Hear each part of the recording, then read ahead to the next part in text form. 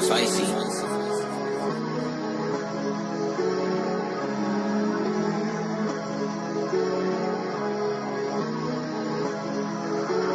Bart is going crazy.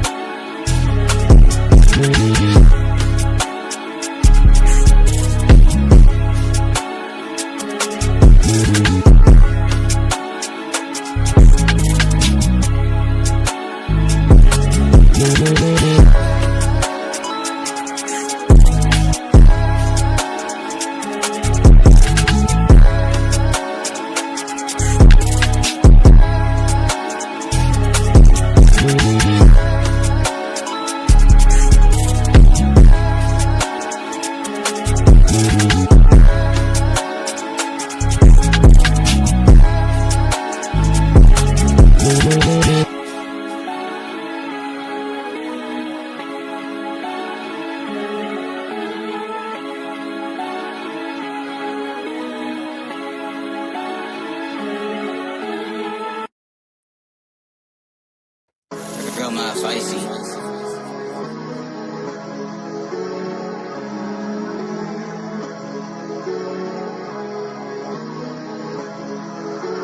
Bart is going crazy.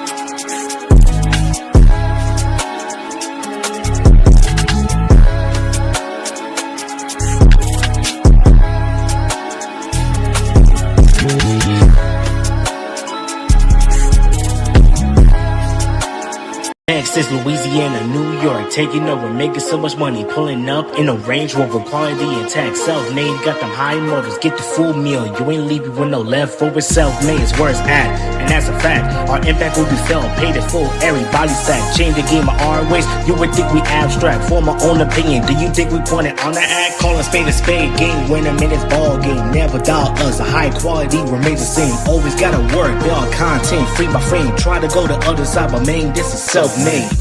Self-made.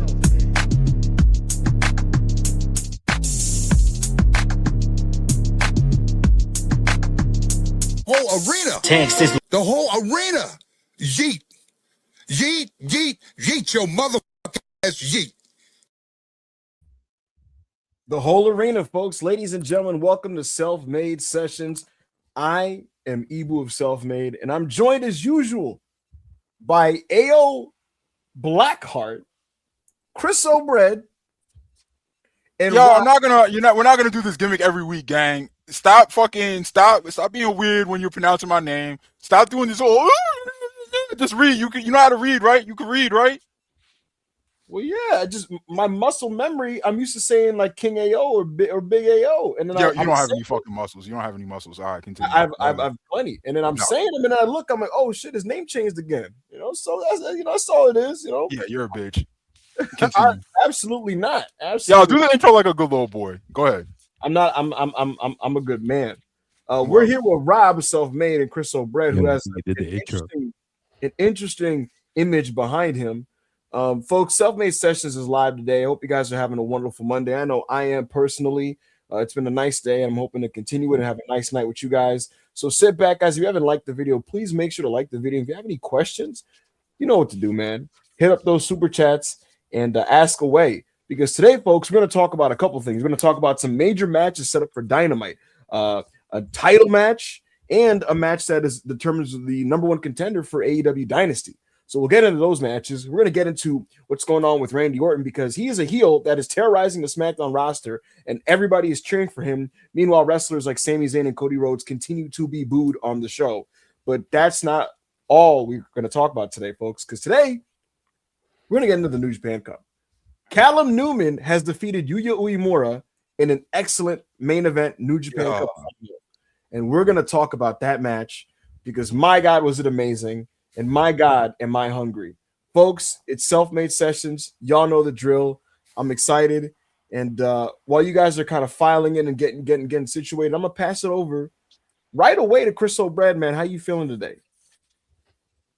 I'm feeling a little malnourished today. It's Monday, so I haven't got my daily fill, my weekly fill of AEW. Wait, so it's probably gonna be a tough wait. to Wednesday. You not stuff off of Collision last night? Well, Collision was only 1 hour last night, so I didn't get the full my taste buds weren't satiated after 1 hour of amazing action. Okay, capped off with Gold and Jet Speed beating the Don Callis family for the trios titles. With defending them so I'm not fully satiated on this Monday afternoon. So hopefully I can get through it, make it to Wednesday. It's gonna be tough, but when I get to Wednesday, I know I'm gonna have a feast. I'm happy for you, Chris. This nigga said satiated. Did y'all niggas peep that? Yeah, I wasn't. Did Chris get kidnapped? We were Christopher O'Bradley now. This nigga said satiated. That's the right word, right? Yeah, that's the right word. No grammar. I mean, taste buds can't be satiated, but other than that, he did use the word correctly. Well, I didn't say my taste buds were satiated. I said you did say that's exactly what you said. No, I didn't. Okay. Rob, talk to you, man. How you feeling? Did you watch any wrestling this weekend? Yes, I did. I watched the big 3As. I also watched. We watched. Wait, what did you just say? I watched the big 3As, nigga. What the fuck did you think? All right, bro. All right, continue. Well, I watched the big 3As this weekend. Yo, did you watch CMLL Friday Night AO? I did with our community. Okay. Bitch ass nigga. You thought you was gonna catch me lacking too. I did. Shout out to Big Papaya King. Shout out to Big Papaya King. Okay. One of the mods is self-made, bro. Oh yeah. Always keeping us tapped into Lucha Libre. I watched it. Yeah, you hoe ass nigga. Yo, did you watch it? Rob just proved that he doesn't look at any AO's tweets, bro. Like, cause AO is posting all about that shit. Though. I have AO's tweet notifications on. Thank you very much. So, that is crazy dick riding. So no, that is what the fuck do you mean that's crazy dick riding? I work with him. I got that nigga muted, so Yo, Chris dead has me muted just because I don't only tweet about AEW. So. Hey man, everyone up here is muted. Yo, AO, no funny shit, right? So you know how last week Chris left the chat because me and Ash were dick riding? This week he did it again, but this one was on some super I'm just an attention-seeking emotional man because all we did, right? The Callum Yuya match happened. I'm like, man, what a match. Ash like, man, this match was amazing. I'm like, man, what a fucking tournament. Ash is like, I'm just so proud of the guys. I'm like, me too, Ash. High five. Next thing it says, Chris O'Brien is up the chat. Like you can put it in the simplest terms you want to. You can put it in the simplest terms you want to, but you know what y'all were doing. Y'all no. Yes. See, not everyone cares about this New Japan shit. So like, when you have to be mindful of other people in the chat.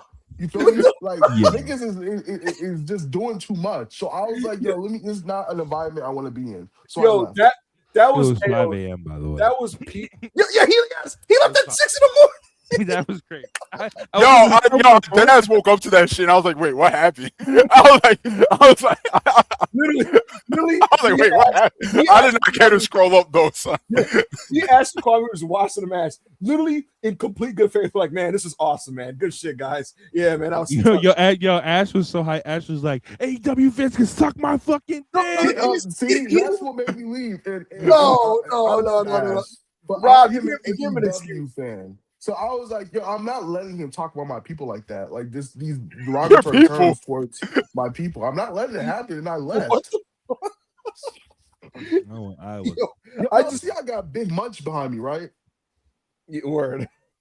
Wait, that's his name, Big Munch? Yes, nigga, because we be eating, nigga, every fucking Wednesday and Saturday, sometimes Sundays. Is he like your Nen Beast? Or like, is he your fucking He's like my Maharaga. He's like a Shikigami. No, he's wait. I thought he was gonna say he's like your stand or some shit. He's fucking Star Platinum. Elite Munch is his name. Nigga. Yo, it's a world though, and this fat ass nigga pops up. This fat ass nigga, Big Munch. Yo, just saying with like an echo in the voice, just like belly full. Boom, boom, boom. Yo, shout out Sprouts, a community member. Rob doesn't get that gimmick because he only watches Naruto. So. He doesn't want. Yeah. That's just not. I'm just. So, shout out Robin. Shout out you're talking about, but it's okay. He a real nigga. So he will keep me protected when we're talking about Snooze Japan, whatever else y'all be talking about, fucking whatever. I hear you.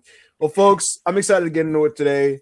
I may or may not have some news since every week now Ringside News puts me on their shit. So whatever. But I'll log into the self-made account. I see we get fucking aggregated for like the most like anecdotal shit ever now, bro. I'm like, yo, god damn, niggas know how to say shit about shit. Bro, and then you know what the fucked up part is? It's an aggregation. And the aggregation is wrong. And then it's an aggregation and so it's a wrong aggregation of an aggregation correcting a wrong aggregation. Look, bro, a wrestler dead ass sent me. Hold on, let me show you let me tell you what you said. Mm-hmm. A wrestler sent us an incorrect aggregation that said, as of a few weeks ago, WWE had plans to feature Javon Evans on the WrestleMania 42 card in a multi-man match for the Intercontinental Championship. And they were like, yo, I was dead ass on the phone with Javon the other day. Did I tell you all this? And I was like, no, this is a bad aggregation. We didn't say this. We said that. What did you say again, Ibu? What I said was that weeks ago there were ideas out there for him to be a part of an IC title multi. Yeah, like didn't say that was the plan. That was like, yo, that was something that was floated out and might happen. Didn't say that was the plan for it to happen. And then niggas see this bad aggregation, and they're just like, look at self-made. What was that laugh? That's how these fat ass niggas be, gang. What killed me though is I went back to these aggregations make me go back to the video to go, did I say that? And I go back and listen. And in the case of that one, I literally followed up with, I personally do not have an update. But who knows? And here's the thing. They might put him in an IC multi-man, but I don't know. I just know that was thrown out there like a fucking month ago.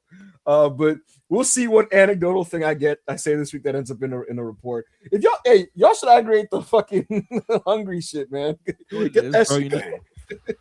You know what it is, bro? It's in this community. People can only be right. The people are right so much half the time. I feel like it's the same thing with Dave. You're so right so many times that people start wanting you to be wrong, and then they start creating like when you get something right, they still try to find a way to create it. I'm like, wow. Or they just completely no sell it, bro. No, it is no sell. We had Cody Randy before. Like, what was it, Mania 38 where Vince wrestled? Yes. Dave reported like 4 off-the-wall things that were going to happen WrestleMania 38. And it sounded so in like October. Everybody dunked on him. All fall, all winter. It got to Mania. All 4 of them shits happened. Niggas just pretend like Dave ain't say shit about shit. It is what it is. But yeah, man, it is what it is. I guess that's the game. I guess that's what comes with this incredible platform and the support you guys have given, because you guys have made Self-Made Sessions the biggest wrestling show that takes place on Mondays, man. And we for that we thank you. You guys got us to 11,000 views last week. So like this video if you have not liked this video, please. And without further ado, AO, let's get to these super chats, man. Speaking of Wait. First and foremost, before we get to these super chats, Evil, you owe your 3 co-hosts an apology, and you owe the entire audience an apology. Because I'm not gonna say what you was doing, but he was late because of some bullshit. So apologize for being a broke ass, bitch ass, late ass nigga. Am I a broke ass nigga? No. Well, am I a bitch ass nigga? Absolutely. Yes. Was I a late ass nigga? Yes. I was definitely a late ass nigga. It don't be my fault that we were late every week, but this week it was, so I apologize. 9 out of 10 weeks it's true Evil's fault. I swear to God. That's nah. Swear to God. So what is it? Out of 10, what is it? 6. Okay, yeah, all right. Fucking I'll concede 8.25 out of 10. 8.25 out of 10 weeks we were late because of Ebu, and that's a shoot. Johnny Bernie said, forgiven. Okay, Johnny. I am Johnny. Speaking of Johnny Bernie, with 199, we appreciate the super chat. He says, I don't know about Leo's gimmick, but people talking and he's on TV. So I like Leo Rush. Like on a personal level, I fuck with Leo Rush. Yeah. I support him exploring his creativity, and I understand the desire to want to just try some new shit because it's like what you were currently doing wasn't going anywhere anyway. So I understand all of that, right? With all of that said, one, he was in the crew with Action Andretti and out of nowhere became a Cyberman. Like, can we get like some type of transition? Like, how did this happen? Like, what? Like, you know, he was in the crew 3 weeks ago in Ring of Honor. Y'all don't watch the product. That's the fucking problem. What did I miss, Chris? Respectfully, what did I miss, Chris? You niggas cannot speak on AEW anymore. Because you shit on AEW, you make this whole thing that AEW sucks, and you get things wrong. The Black Heart has been building what is this? What did I miss? Go ahead, get your shit off. I'm not saying y'all have to like Black Heart Leo, right? Maybe it's not for you, but say that there's continuity to his character. The Black Heart and Leo and building since he was teaming with Dante Martin. But y'all haven't seen it because you're focused on so break it down for us real quick, bro.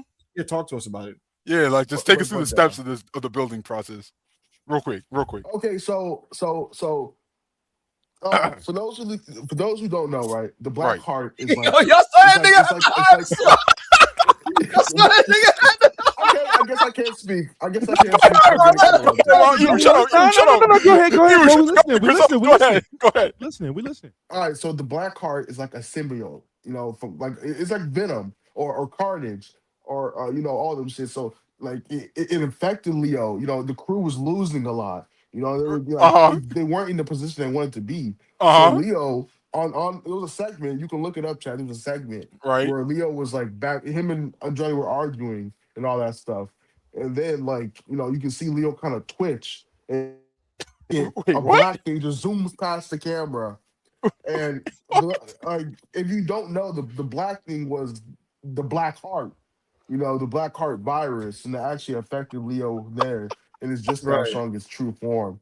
And you know, I saw Drain Damager posted a clip, and it got, you know, 7,000 likes, you know, almost 1 million views. So, you know, that's more than anything New Japan's ever fucking done. So, yo, can I be honest? 1 million views. Yeah, what's up? I feel like you made all of that up, and it's all headcanon. No, it's not. I'm not accusing you or anything. That's how I feel. Well, I mean, I don't think you that can feel however you want, but the facts don't care about your feelings. No Shapiro. Also, I've posted New Japan clips that got like 40,000 likes before, bro. Right. Yes. Yeah, back in 2023. Yo, can you provide me with the link of this segment? We're podcasting right now. Wait, no, but I was just wow. Let's get to the next super chat. Look, all right, so my legitimate opinion, right? Yes. On the Blackheart gimmick. Again, Leo Rush, shout out to him. Yes. Friend of the show, friend of the channel. Look, bro. When he was on the Indies, was it for me? No, not necessarily. However, right, Leo looked at the landscape. He saw where his ceiling was in AEW. He saw that, you know, before this last month or so, he hasn't been on TV in a long time. He hasn't won a match on TV in like a year. He said, bro, let me do something different. Get people talking about Leo Rush again. And guess what? He did something different, and people are talking about Leo Rush again. I saw niggas say, "Yo, bro, you niggas can't have been popping for the Fiend and fucking and Kane and Undertaker and say this is ass." And I'm like, well, I guess that depends on what you like, on the execution of all those things, right? Like this, just because you like one spooky gimmick doesn't mean you have to like commit to liking all of them.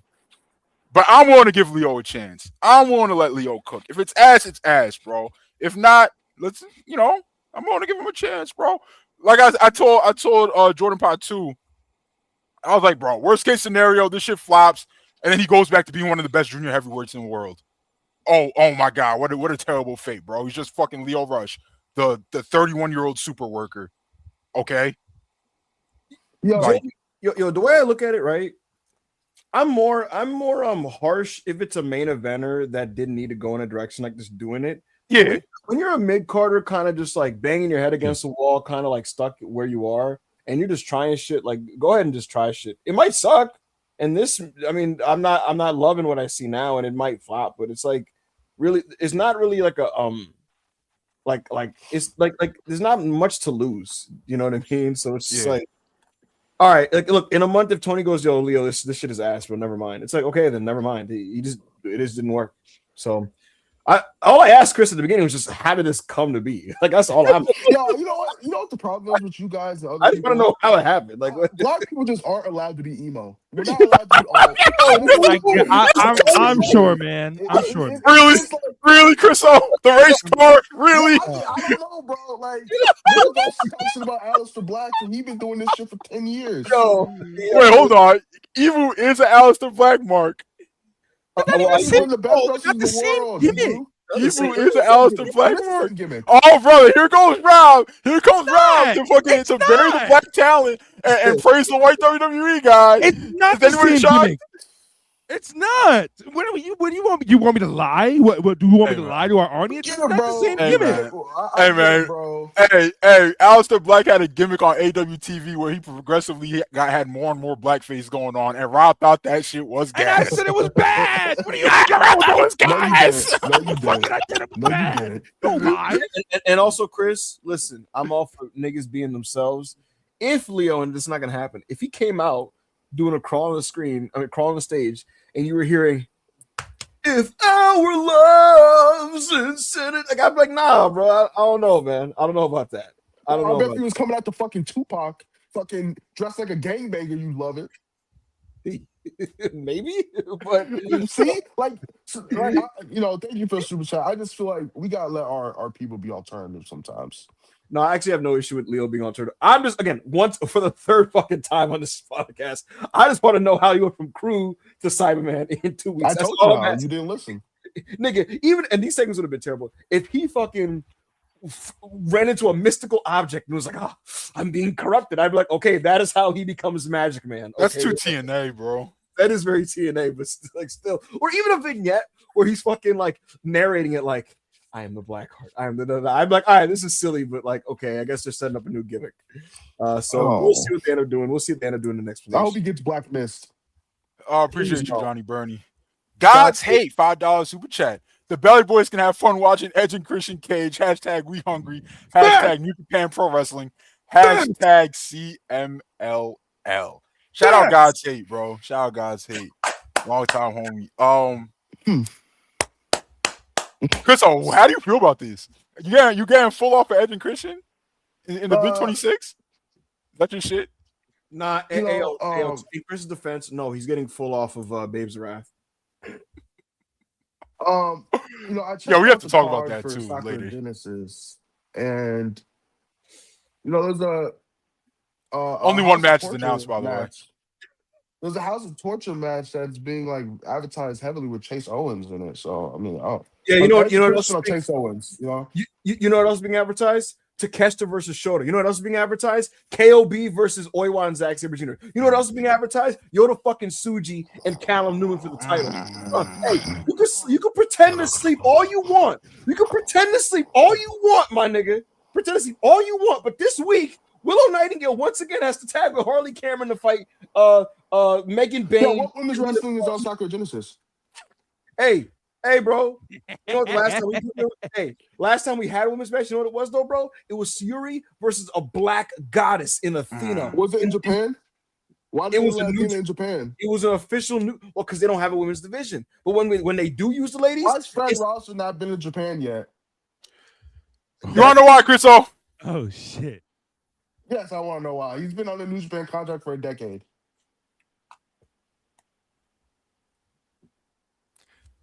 You tell me. Need Big Milky $5 super chat. Genuinely, who comes out of Mania this year with the belt? Punk got to do his yearly running from the grind, but Roman will be busy doing humanitarian work. I think Roman's going over. I don't think Roman agrees to this match to lay down to Punk, especially after he lost in Mania last year. I would like him to pivot and have Phil win though, because you a dork. People had it. You genuinely I would like to pivot. Yeah. You're a dick rider, so yeah, that's what you want, right? But how do you convince Roman Reigns that this is what we're doing? All right, this how. You know what's the only way he accepts it, AO? The only way he accepts it is if Hunter goes, "Hey, you know that thing you wanted to do with Jay for Mania? We can get back around it." And he tells him, like, yo, the finish is you job, but only because of a bloodline cutscene, Roman. He goes, I'm listening. And you go, okay, Roman, we'll do a rev bump. He's like, uh-huh. And then Jay's going to come in. Uh-huh. He'll be conflicted. And then he hits you with a chair. And you're going to be shocked and betrayed. And then Jimmy's going to be emoting in the corner. And then Punk pins you. And then after that, it's not about Punk. The camera's going to stay on you and Jay, and that's the post-Mania program. I think that's bro. You're talking like Roman's a mark. That's gonna be like, okay. Can I ask you a question? I 100% he would accept. I think no. Why would you're out of your fucking mind, bro? Why would Roman agree to any of that after Punk said what he said about his father? Why would logically? I mean, like logically, why would he be like, yo, this makes sense? Yo, Ayo, did you see what Rikishi said about why this? Is he ignoring? Why does nigga know something? No, answer my question, nigga. Why would that make sense? Stop telling me. Look, I get what you're saying. All I know is this. I don't have an answer. That seems like mad copium. They're just like, yo, like I need any way to figure out how my favorite wrestler of all time comes out of Mania with the belt. What would Roman agree to? No, bro. I feel like the only way he agrees to this is if it's in writing. Yo, you versus Jay, main event next year, and here's like $1 million bonus. Yeah. I'm talking about Roman's just a mark, bro. Like, he's a mark that's just gonna agree to some weird shit. Unless you get to tell me that you're gonna bury me next to my father, and then you're gonna beat me because of my cousin who just attacked you because you disrespected my father. That makes no sense. Here's the thing, and look, for all we know, quietly terms have been agreed to for the next deal, but as far as I'm aware, Roman's deal is still expiring in May.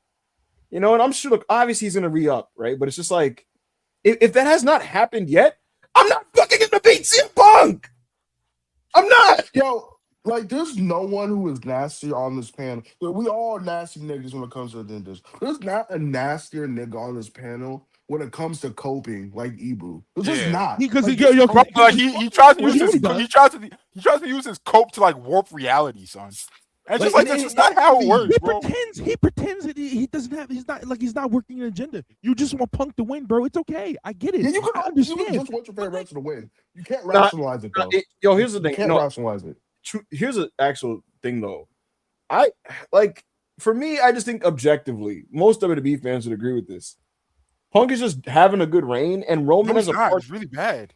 That's not true. He's had 3 matches this year. How is he having a good reign? It's been you can say this. You can say this about a lot of things about CM Punk, right?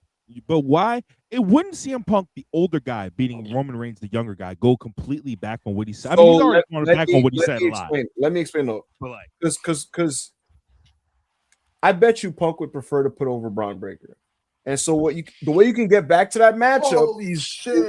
Yo, this is literally Ibu using more cope for why his favorite wrestler is gonna like how his favorite wrestler is gonna circle back around to wrestle his favorite young wrestler. What are you talking about? Listen, this is copeception. This is copeception, bro. Copeception. Braun beats Seth at Mania. Punk beats Roman. Raw after Mania, Braun walks up like, nigga, I didn't forget about you. And then Oberfemi thoroughly outmeets Braun And he's got the correct politics. And he's got the correct politics, nigga. Like, Who Bringing a tweet Elon Musk good at telling him to sit his ass down. You know who what? beat up the kayfabe god of the verse first? Here's the Braun thing. Breaker or Obafemi? You know what? You know what would be a good post-Mania segment? Braun walks out, right? In front of Phil. You fucking promo training. Bum, bum. Who? Oba walks in. Oba's just like, hold on, little dog, man. I am in line too. Whatever the fuck, right? You set that up, face that off, and you pretty much tell the audience, that's your King of the Ring finals. That's your King of the Ring finals. And then in the King of the Ring finals, Obafemi's going for the fall from grace. Braun pops out. Braun hits the ropes. Boom, boom, boom, boom, boom. Spear on Obafemi. Oh, yo, this shit. is poor cockler. This is pure cockler. I can't This is do this. pure cockless. This is pure cockless. Braun is King of the Ring. Pure cockless. Why is it Obafemi's job? Why is it Obafemi's job to heat up Braun Breaker? Like, why? Why? Give a fuck about Braun. Evil explain to me, bro. Like, why? Why is that his job? Why? It should be the other way around.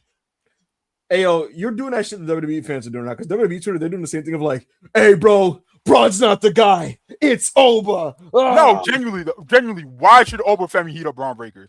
Well, because they've already set up Braun. So at least, like, can we, go on? Yeah, they set it up and it flopped, my nigga. We good. It didn't, Not it Scott, didn't flop. not No, Rick. it didn't fucking flop. It flopped. He got It injured. flopped. It flopped. Bro, you can't rationalize this nigga, bro. It's pure cockless. There's nothing we can do. Sal Cruz, $5 super chat. What are they gonna say now? Is what Ibu said in the most Jason Tatum way possible after the New Japan Cup final. Damn, Ibu, he's saying your victory, even your victory laps are oralist. Niggas saying after the New Japan Cup, I said, we did it. Yo, that we did it. Yo, I don't hate Jason Tatum, right? But I do think the memes are hilarious. However, that we did it that he hit after the finals was so corny, son. So corny, so interesting. Yo, it felt like he was like, yo, I just need like a moment here for this clip. Like, and I don't know, bro. He said, oh, the camera on me. You seen that Drewski skit where he's like, oh, you recording? You stupid. That was dead ass Tatum with the we did it shit, bro. You know how niggas be moving when they know the camera on? You recording? Oh man, nah, I'm the opposite, bro. I was KG, bro. I was just anything. No, nigga, you have no aura. You have, oh my god. Rob, go ahead, bro. Cheese empanadas $4.99. Ibu, the only one glazing SmackDown on Friday, while the rest of the time I was watching CMLL. Hashtag not surprised. Hashtag who was it booked on Punk's Collision. What? What? Yo, that was crazy. That clip, I did watch that clip. That was crazy. It was like 18 niggas tweeting about New Japan and CMLL. And then one WWE tweet. Awesome. And guess who it was? Backup Hangman. Hey, bro, I got home from Eid festivities. I didn't even check Twitter. I had no clue the Death Riders were in Arena, Mexico. And I just came heavily advertised match. But you know what Ibu did know about? You know what he did know about, Rob? You know what he did know about, Chriso? He knew to throw on Friday Night SmackDown. He knew to throw that shit right on when he got home. Well, here's the thing. The thing is, I don't even watch SmackDown every week, but I came home. Yes, you do. No, not really. But yes, you do, RCW boy. That's months ago. But my point is, right now I got home and Hulu had that shit in the DVR, and I said, let me see what the show opened up with, right? And I opened it, and it was a Jacob Blood angle. I was like, oh shit! And so I tweeted, Jacob Fatu is fucking awesome. And then I just kind of moved on with my night. And then I caught up with the New Japan Cup, and then I watched the New Japan Cup final show, which was opened with Yujiro Takahashi and Konosuke Takeshita. All right, Chris. This nigga just say Yujiro Takahashi? Yes. Yeah, come on, man. That match was pretty good. It was pretty good. And I'm supposed to take you serious and take that promotion serious when Takeshita is facing the Tokyo Pimp. Word. Chris, Come on, if anything, it tells you the standard of our company that Takeshita can't get out of the opener in our card. He was just the world champion. In your company, he's just like the world champion. In your company, he's the world champion of your promotion. I can't lie. Crystal just dropped dong on you. Like, you're trying to say this like, Takeshita's a curtain jerker, bro. He literally just made event of the Tokyo Dome and had the world title. And won the G1. And then you're trying to flip that back to how heavily pushed Takeshita is in AEW, but Takeshita has never won a single feud in AEW except for the Kenny Omega feud.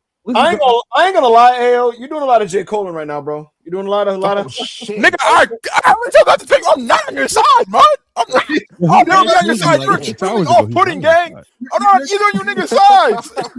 He just said like 6 hours ago. I'm not on your side, bro. Listen, I'm not sitting on the fence, my nigga. I'm telling you, man to man, I'm not on your side. Ayo sitting with the Deska Alexis, the Deska whatever, and the Deska Alexis, I believe. That nigga sitting there like, hey, look, bro, I love what New Japan got going on, but it hurts my heart to be coming at AEW, man. I got love for them dudes too. Whose side are you on, hell? Whose side are you on? I'm on my own side, and I will be announcing the name of where I'm at later on in the show. You know what? I don't know.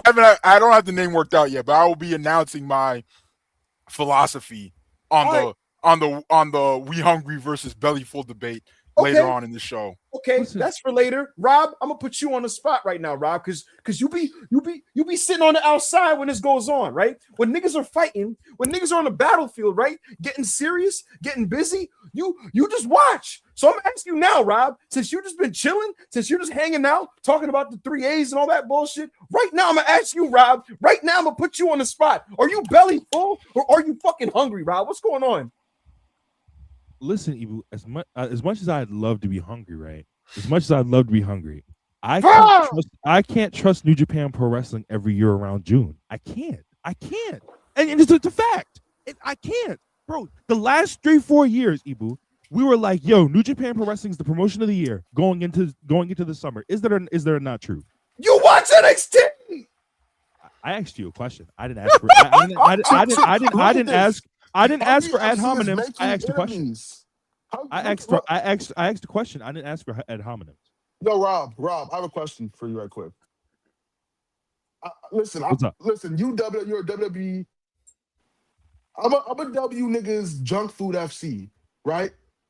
But I want to say, I want junk food FC and We Fool FC to form a Why does partnership. Chris have the world heavyweight title? Why do both of you niggas have the world heavyweight titles? Yes.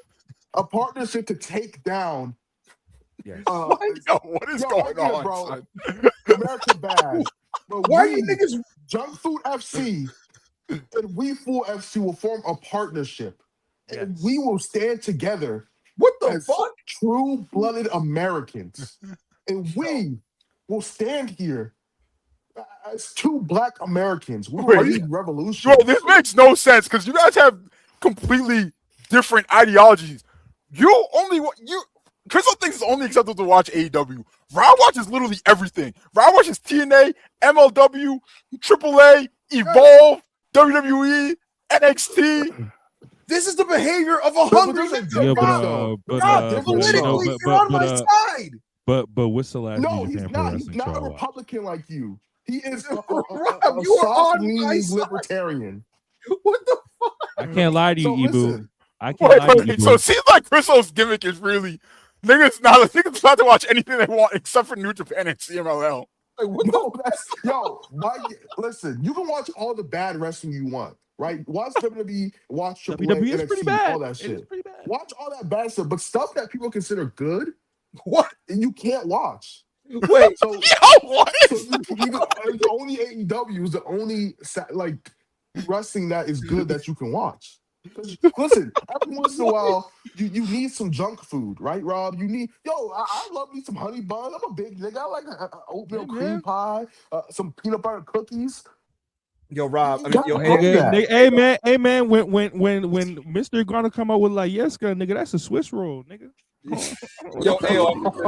Crystal Red's not he's not threatened by TNA or WWE. That's why he's not worried about them. But he sees what we got going on over here. Wait. You never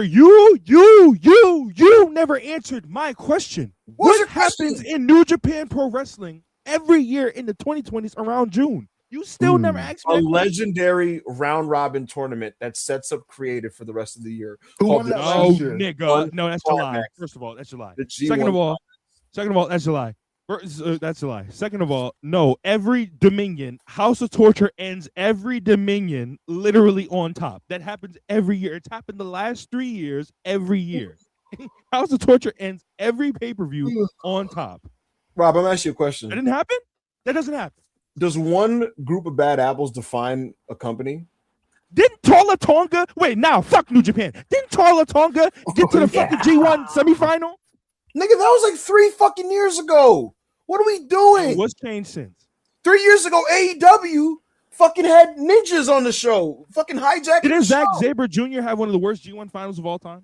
And now Zack Sabre Jr. is the best upper mid carder on the planet.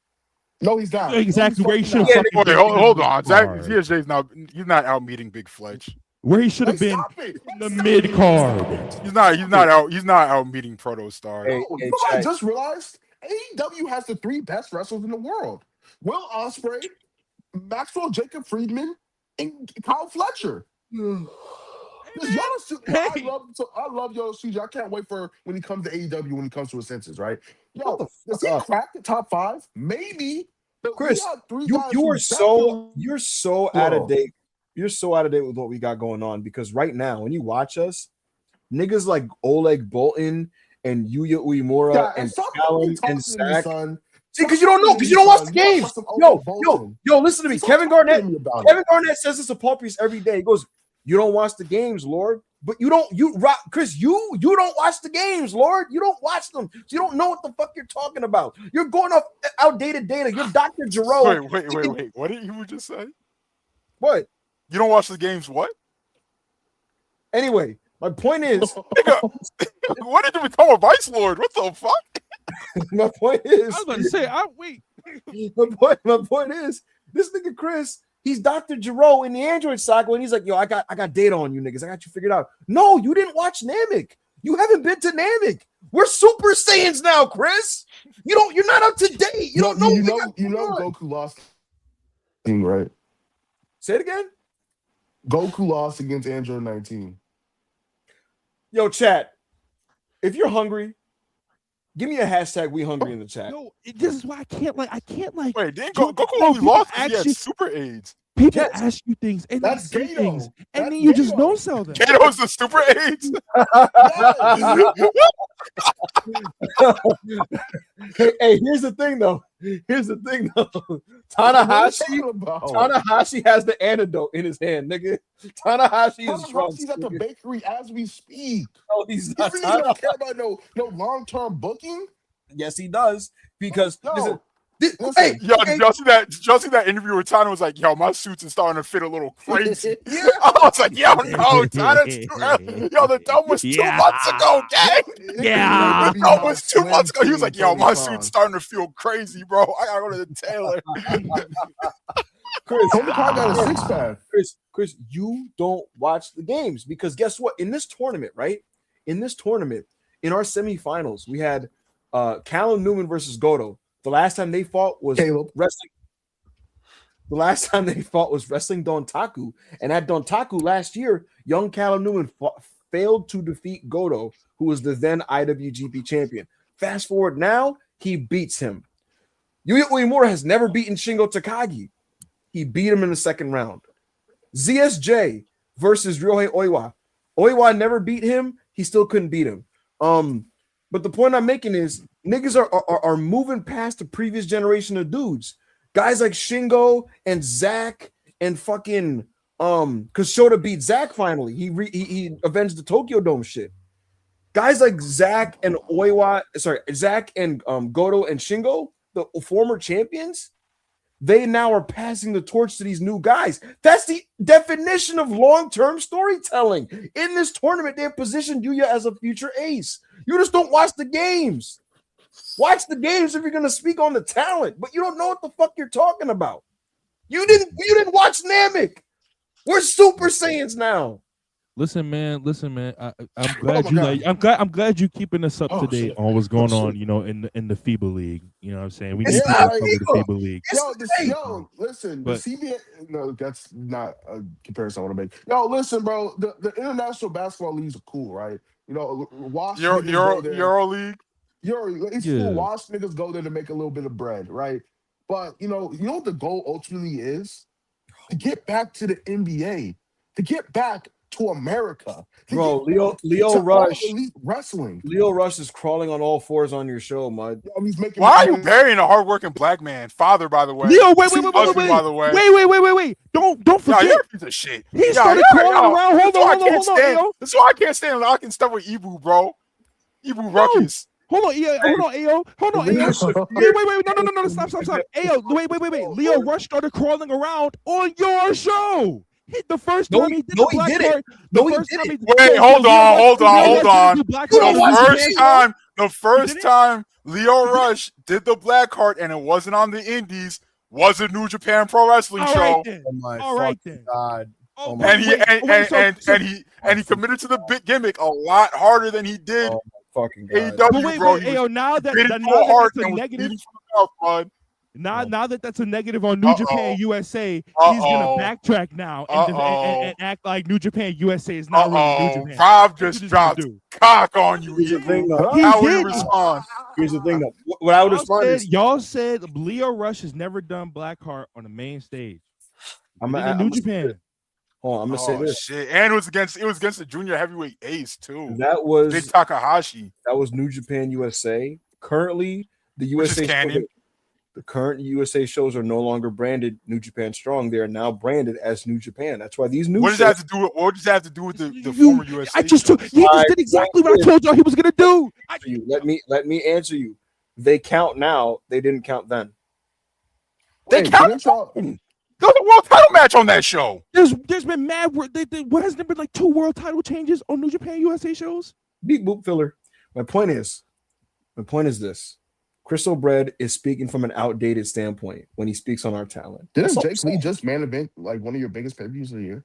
Bro, that's what's up, Chris. You want me to read some of the niggas that main evented some of your shows? This year, yeah. Samoa Joe main evented the show. What's up with that, bro? What's going on? No, that was a pay-per-view. Name the bad wrestler that main evented of the pay-per-view. That was just a big event. It wasn't a pay-per-view. What pay-per-view? Was not? In the beginning time pay-per-view? Yo, we have a better set of tag champions than y'all. True. Yeah, I know it's true. FTR is not better than KOB. What the fuck are you talking about? Yeah, I said true. Yeah, I'm right. We got a better tag chance, and we got a better. He means KOB is better than FTR. Y'all just have better champions. All right. I want people to lock in on what's going on here. Last week, Ibu said the Young Bucks are the greatest tag team of all time. This week, Ibu says KOB is better than FTR. I want you to lock in. Dax, I know you listen to this podcast, you fan ass nigga. Ibu's not your friend. He turned on you. On you. Gang, I fuck with you, gang. Nah, he doesn't. He doesn't. Dax, I fuck with you. Yo, he be pretending to be a fan for the aura. I fuck with you, gang. I just saw a funny ass. Hey, bro. Shout out to Yuya Uemura, the best wrestler on the planet, the nigga that's gonna change the industry. And yes. Oh, anyway. Watch the fucking games. Don't make me fucking mad. Read the super chat. I'm Johnny Birdie 199. So, someone said Randy calls Zach indie nerd like a slur. Did you see this, Ao? I did see this segment, and then I saw when Cardona got his arm pilmanized. So let's use this to talk about all that shit. Here's the deal, folks. Randy Orton is a heel again, and the WWE audience is so excited about this. He's hitting niggas with chairs. He's acting crazy. He has voices in his head, and he was backstage with Matt Cardona, who was basically like, Randy, I've known you a long time. Why did you do that to Cody? Randy was just like, he basically shut the fuck up. He's like, go play with some toys. You mark ass stooge. You indie nerd. And then he elbows him in the face. And at the end of the show, Matt Cardona runs out, hijacks the show, grabs the mic, and he's like, Randy, get the fuck out here. And Randy came out and was like, hey, Matt, my bad, man. I just, a lot's going on right now, Matt. I apologize, brother. We've known each other a long time. Put it there, pal. They shake hands, right? The crowd is clapping. And then he fucking low blows Matt Cardona. And then he hits him with chairs. He puts his head on a fucking step. He concertos him. The crowd is chanting one more time. And they're chanting RKO. He hit him with an RKO. Yes. All that was going on. So Randy Orton, who is a heel, is the most over babyface on SmackDown at the moment. Also, when Randy Orton cut a promo, earlier in the show, and he was like, I attacked Cody Rhodes last week, and the crowd was like, oh no. First he was talking about like his journey, and he said Cody won the championship, and the crowd was like, boo, and he was like, and I smoked Cody last week, and the crowd was like, yeah. And he says all this, and I think at one point he goes like, I do it again, and it's just like, okay. Yo, he was low key cutting a babyface promo at first too. He was like, "Yo, you niggas like sing that song," and it's like, that's awesome, bro. Like, you know. And I was like, Randy, Crystal was like, Crystal literally goes, Randy, wait, aren't you a heel? Yeah, I think people misremember Matt Cardona's exit from WWE, gang. Like, that nigga did not walk away and bet on himself. He was fired during Corona. Niggas is like, huh, Cardona left just to come back and do what he was doing before he got fired or before he left. Yes, my nigga, he would have never left if he had his way, bro. That nigga is a super fed mark. He would have stayed, my nigga. He would have stayed cashing his checks. They didn't want him no more. I guess he did a good job of rewriting history, like, because he talked mad cash shit. Like, yeah. When he left WWE, he said, "Oh, so underutilized. I'm the greatest in the world. I'm a fucking main eventer. I'm not the same guy. I'm not Zack Ryder's dad. I'm Matt Cardona." Like, I guess he did do a good job of like rewriting history or whatever. But like, bro, like that nigga was very happy being a geek who cashed his check, bro. He was very happy doing it, and I'm sure he's still very happy being a geek cashing his $350K a year, bro. In his mind right now, he's like, I just did a show closing angle with Randy. I'm definitely getting a TV match like that, and that's what he's thinking. He's thinking, hey, bro, I got a TV match, and I'm gonna get it over, and maybe we can run this shit on pay-per-view. He's not getting a fucking TV match, bro. He just got his arm pulmonized. I think he eventually gets one that goes to 4 minutes. Do I think he goes to pay-per-view? Of course not. Ain't Mania in like 2 weeks? 4. Yeah, Mania's the 19th and the 20th. Yo, you know what'd be nasty? He would have to get the TV match on the back end, right? If Randy goes over. Yo, Ayo, you know what'd be nasty? If he was a mid-match assist for Cody and both of them niggas got booed. Like, imagine if during the match, right? It's like ref bump or whatever the fuck. I don't think he would get booed if he ran out. I think he would get RKO'd to a huge pop. I think his thing, it wouldn't be booed on some like fuck Matt Cardona shit. It'd be booed on some like, why are you helping Cody? We hate Cody type of a thing. I think that would happen. That could definitely happen. Like, he attacks Cody, hits him, hits if he hit Randy with a Rough Rider or whatever he calls that shit, he'll probably get booed.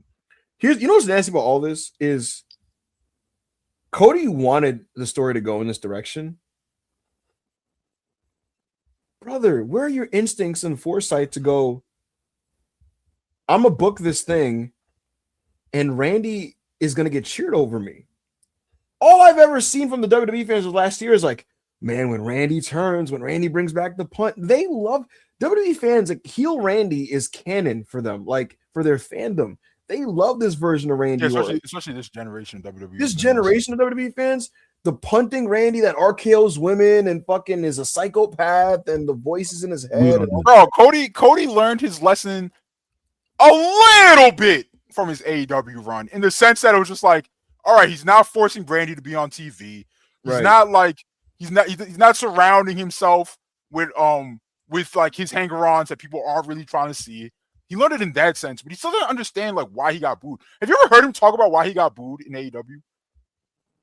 He gets introspective about it, but you get the sense that like he's just on some level he still doesn't 100% understand. He literally just says, bro, it was the quirky thing to do at the time. Why was it quirky though, Cody? You know what I mean? Like quirky in the sense I was just like, are we booing Cody Rhodes, the person and the talent, or are we booing Cody Rhodes as the acts that he's putting in front of us? Like, no, nobody disliked Cody, right? I mean, I'm sure a little bit of people dislike Cody, but otherwise, like, he was still like beloved among the AEW fandom when he was getting booed out of every arena in the country. Just they don't want to see Babyface American Nightmare no more, and he doesn't get that. He doesn't get that at all, bro. So I just feel I feel like he's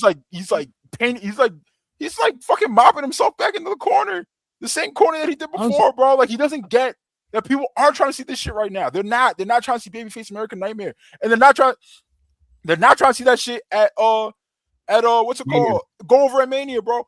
Well, niggas said when he won the Elimination Chamber, bro, and niggas was on his ass I saw a tweet. I talked about it last night when we were watching WrestleMania 19. Great show, by the way. When we were watching WrestleMania 19 in the Discord, best $5 in the business. Link is in the bio of the YouTube channel. I said it last night, bro. I saw like mad bangers on his head where niggas was like, yo, it doesn't even matter. Randy's gonna win at WrestleMania, and then Cody's just gonna win the belt back at SummerSlam. LOL, Cody wins. Cody's a terrorist. And I was just like, bro, if they are that mad at the prospect of Randy winning and Cody getting the belt back, like how many months later is SummerSlam? 5 months later? If they're that mad at that prospect, if Cody wins at Mania, bro, Cody wins. That's you know how bad it's gonna be, bro, especially since they just did that formula last year. Well, so here's the thing. Here's the thing about it. The most Cody-versian aspect of this whole angle is Randy's bloodying Cody and killing Cody, and it's all this heat in the build. I think Cody is just going to emerge in Mania and beat him. And it's like, in Cody's mind, I am the guy trouncing the bad guy. But the audience are going to just look at it like, LOL, Cody wins again. And that's what happened when he beat Lance Archer and Brody Lee and Anthony Ogogo. Yeah. That's what that was. So, but even then, it was a lot more forgiving then, because it's like, bro, if Cody Rhodes can't beat Lance Archer, Brody Lee, and Anthony Ogogo, and I do agree, maybe Brody should have like had a longer run or whatever, right? I don't think Brody Lee's TNT title reign was like handled in the best way, but the point that a lot of Cody defenders, including myself, made at that time was like, yo, if Cody can't beat these three people, who is Cody allowed to beat? But it's completely different in WWE because it's just like, yo, Cody beats everyone all the time. He's beat Roman. He's beat Walter. He's probably gonna beat Randy. Hasn't he beaten Jacob? He's beaten Drew 15 times, right? Like he beats all the main eventers. Like it was different in AEW because these were mid carders or people trying to make it.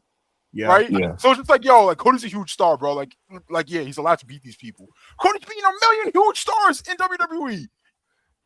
And Kuz was saying, "Damned if you do, damned if you don't." Well, you know what would cause him to not be damned? To not book this match. You just not book this match. I've been saying personally. Wow, you like what did KG saying? Hidden gems. Why would you show me some shit if I couldn't have it? Like, don't show WWE fans 09 Randy and then being like, yo, you know he's losing to Cody, right? Right. And here's the other thing. So I asked someone in WWE. I said, "Is this leading to a character shift for Cody Rhodes? Like, what's the plan here?" And I didn't get an answer on like anything long term, but what I was told was that when Cody reemerges at TV for the rest of this build, he will quote fight fire with fire. And when I asked what that meant, they meant that like the edge that Randy is showing right now in this build, Cody's going to show a similar edge in contrast to Randy or to combat. Yo, bro, niggas not trying to see fiery babyface American Nightmare again. Yo, what's up, Chris? Realized? What's up, Chris? You know what Cody should do? What's up? He just dye his hair black. Brody. Oh my god. He beat KO 3 times in a row. Let's fucking go. He beat Steen 3 times in a row. Beat AJ Styles 2 times in a row. Like, bro, like Cody beats everyone. So it's like a completely like, yo. If anything, WWE fans gave Cody a lot longer leash than AEW fans did, bro. Yeah, a lot longer. I don't know, bro. And I hope he doesn't come back with black hair. I doubt it. My guess, definitely Superman. When that person told me fight fire with fire, my guess is he's gonna show up with jeans and a tank top and be like, "Randy, I'm ready. If you want to be the Viper, I am gonna be a lion," or something like that. And then, a lion. Nigga, that sounds lame as fuck. You want to be an apex predator? I am the king of the jungle. I think the best thing for everyone involved, yeah, was just put Jacob Fatu in this match and let him go over at Mania. I agree. Because guess what, AO? Jacob's a tweener, so if him and Cody are just beefing and the fans cheer for Jacob over Cody, that's not as bad. Because right now, what you have instead is Randy, who's a full-blown villain, who's like trying to kill people, getting cheered. And that's like completely out of whack. Jacob is just like, yo, I don't fuck with y'all niggas. Randy's like, I am a psychopathic murderer that is trying to kill people. And the fans are like, one more time. Yeah, and then like, all right, so if Jacob gets booed, Jacob got booed across from Randy, it wouldn't matter because he's a tweener, right? So like Randy could be 09 Randy and Jacob could just be the tweener that gets booed in this situation. That's fine. And then Randy could lose at Mania, not get pinned because let Cody get pinned, and then let Randy get the backlash match.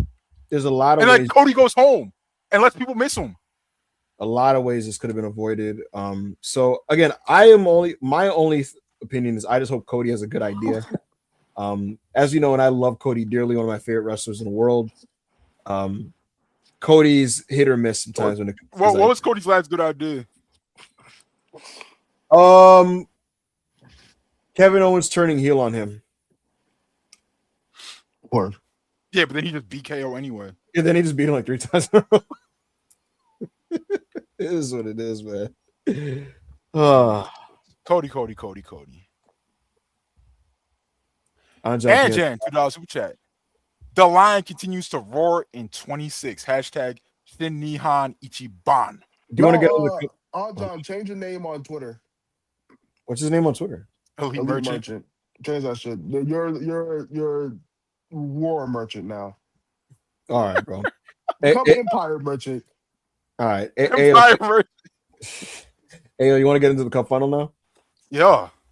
Let's fucking do it, man. Throw that shit on the screen. So, folks. I'm about to steal the mask up. What the fuck? I dare this nigga to put. I dare him to put on a sleeping mask. I fucking dare. You about to steal the mask up there? I dare this nigga to pull on one of the sleeping mask. Let me go find it. Yeah, is my package here? So, in case you missed it, folks. Why is Rob crying on this game? When did this happen? You know why? If Rob watched these matches, you think they're great. Like, he would literally just like them. Like, you know why? Yo, blame the nigga that's sitting to your right. That's why. Blame the nigga that's sitting to your right. Because you know what? We were gonna have a conversation. But then you interrupted me and go, you watch NXT. So you know what? I was just making a point. So, in all seriousness, folks, and again, Chris, I swear to God, I'm finding you if I see a sleeping mask. Look, the bottom line is this, folks. In the past week, we got the New Japan Cup semifinals, and it's been a really fun tour in general. And in these semifinals, Callum Newman faced Shota Umino, and he put that man through a table, and they had a long, grueling match. And he beat Shota Umino. So Shota failed to make the finals of the New Japan Cup. His former partner, Yuya Uemura, who publicly broke up with him right before the tournament began, took on Oleg Boltin in what I thought was a tremendous match with some awesome fucking counters and big spots and a great closing stretch. Boltin did his Boltin bomb. The way Boltin's transformed into like one of the best wrestlers in the company, I gotta say. Yeah. But Yuya beat Oleg Boltin. Yuya beat Oleg Boltin, and in the finals it was Callum and Yuya. And I can't remember the last match, AO. I don't know if you were spoiled when you watched it. I watched it live, and I can't remember the last match I watched where I kept changing my mind on who was probably winning. Because Yuya's eating like these like high angle fucking elevated DDTs and poison ranas and all kinds of cool moves that Callum was doing. Yuya got him with a deadbolt eventually. There was some headbutt straight to the face. He got him with two different fucking high fly flows.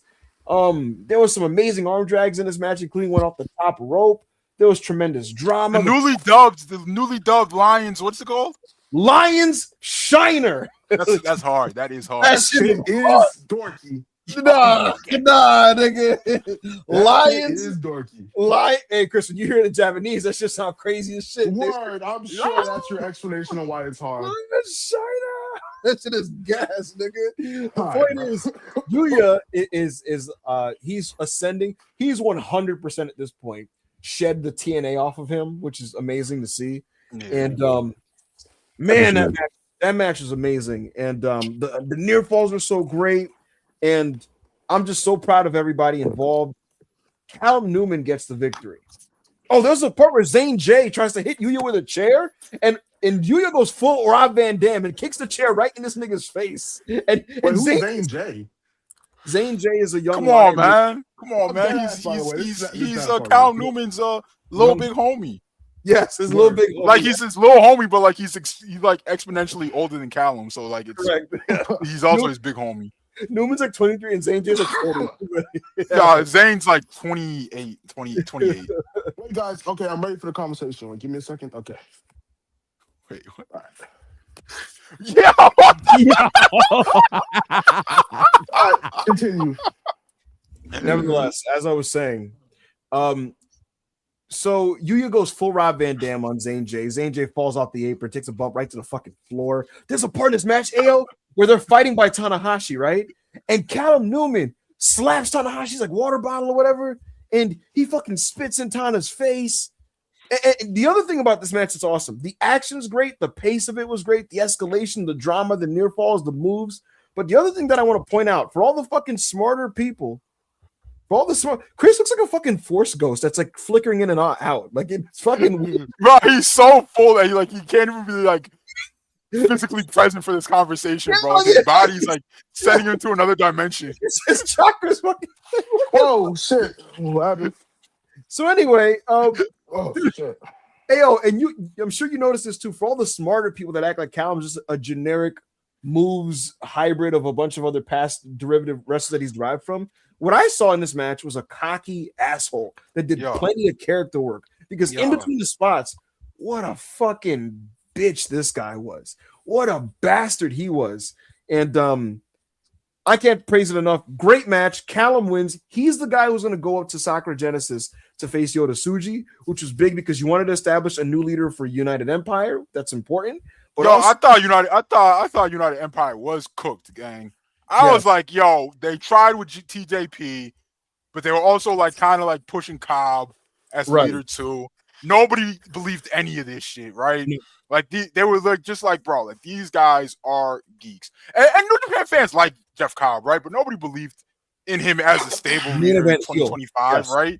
Like, especially since it was reported pretty early in 2025 that he was leaving, but like, all right, so I guess 2024, right, going into 2025, and they were shooting this like weird like who's the leader angle, but like TJP leaked that like it was never like that was just something that the boys like or Jeff Cobb was like doing on his own or whatever, and the office had no clue what Cobb was cooking, and it's TJP, so who knows what the truth is, right?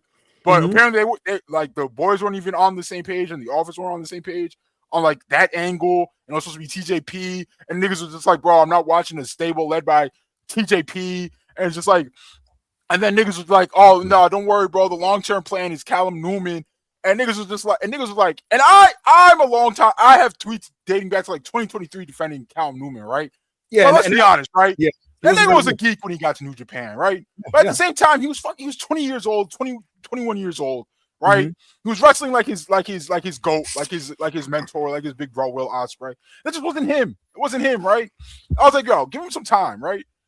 And while I did believe you had to give him some time, right? It was too early to push him as a stable leader. But they did it. They pulled the trigger. Before they officially pulled the trigger, he did the work on himself. He gained like 20 pounds.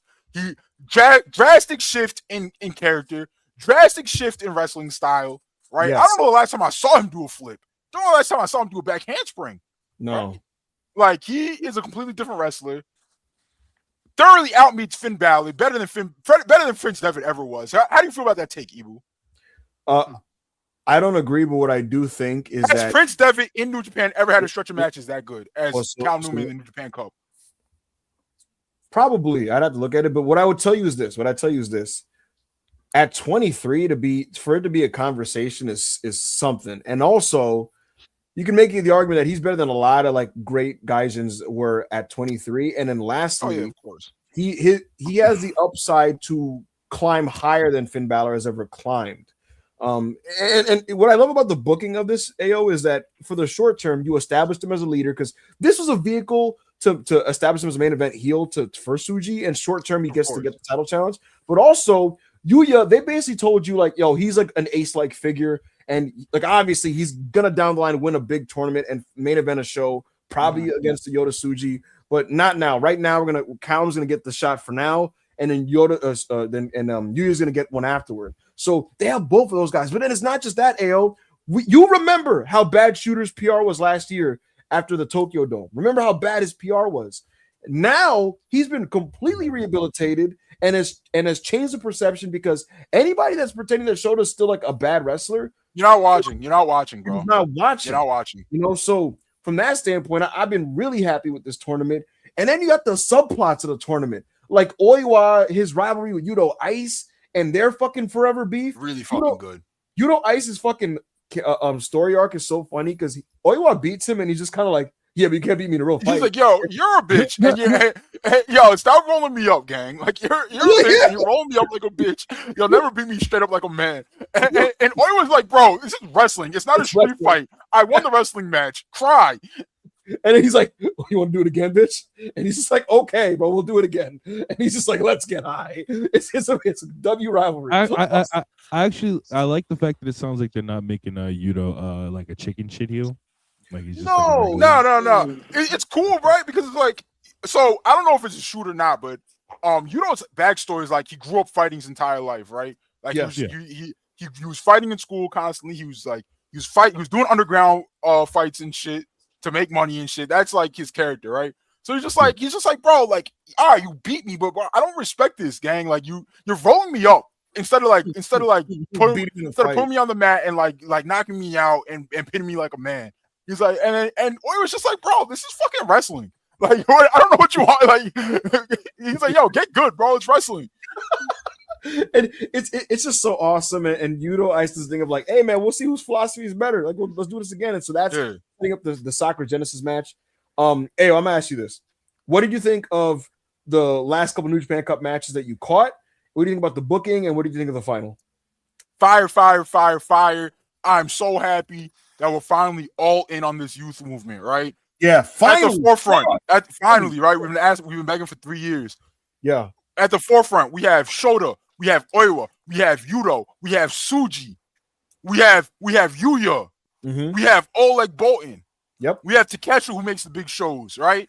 Like, yo, come on, Chris.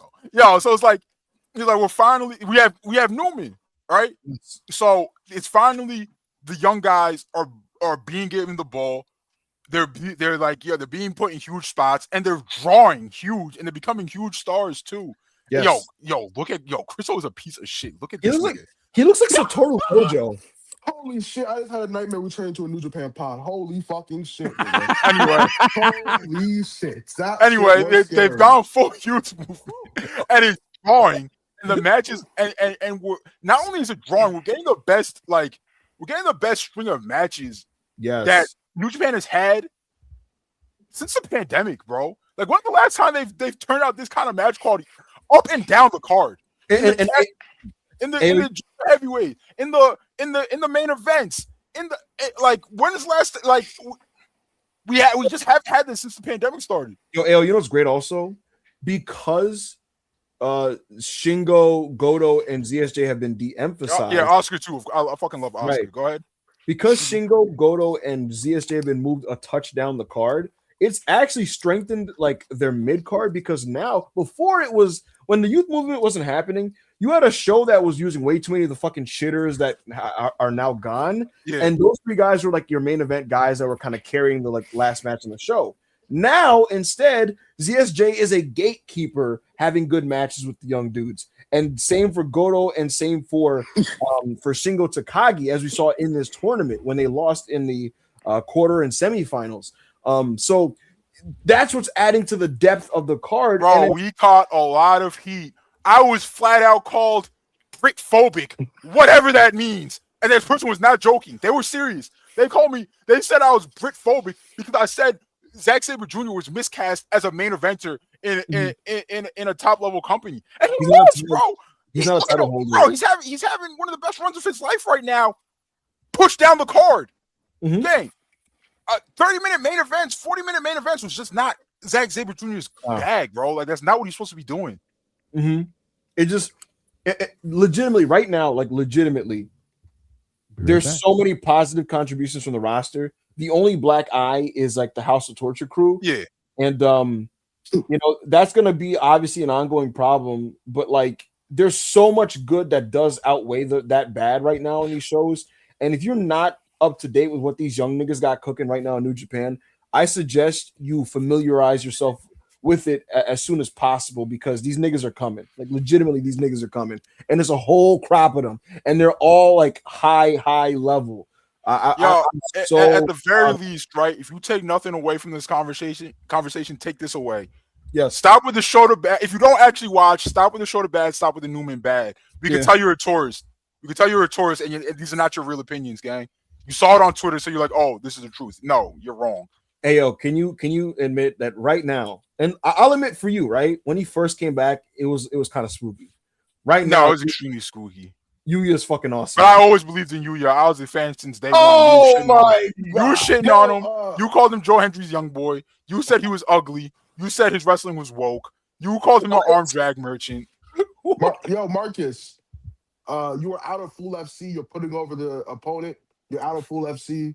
You're fired. Yo, Marcus, you're welcome. Hungry And FC, I'm here. I'm Big AO, and I'm here to declare that Yuya Uemura is better than Ricky Steamboat ever was. Oh my god, that's a good opinion. Hey man. Oh my god, that was the first. Hey man, you know one actually likes him out. Better than Ricky Steamboat ever was, and I'm sure if I ask him and his significant other on their opinions of Somalians, it's a lot more flattering. Oh, come on, man. Nah, come on. In all seriousness, just so I don't want to just not, I did fall asleep. The conversation was, about New Japan, so I did fall asleep. But to give just a little, I didn't watch the matches, but I've seen some clips of Caleb Newman and what he'd be doing. And his name's not Caleb. You know his name is not Caleb. Wait, it's not? What is it? All right, son, go ahead. Continue, you piece of shit. Caleb be doing his thing. I like that move. What's that move called? Excalibur. That move is hard, I will say. But just like AO Ibu, listen. Just imagine this for a second, right? AEW All In. Okay. Caleb Newman. Well, he'll be Callum when he gets to AEW. Callum Newman.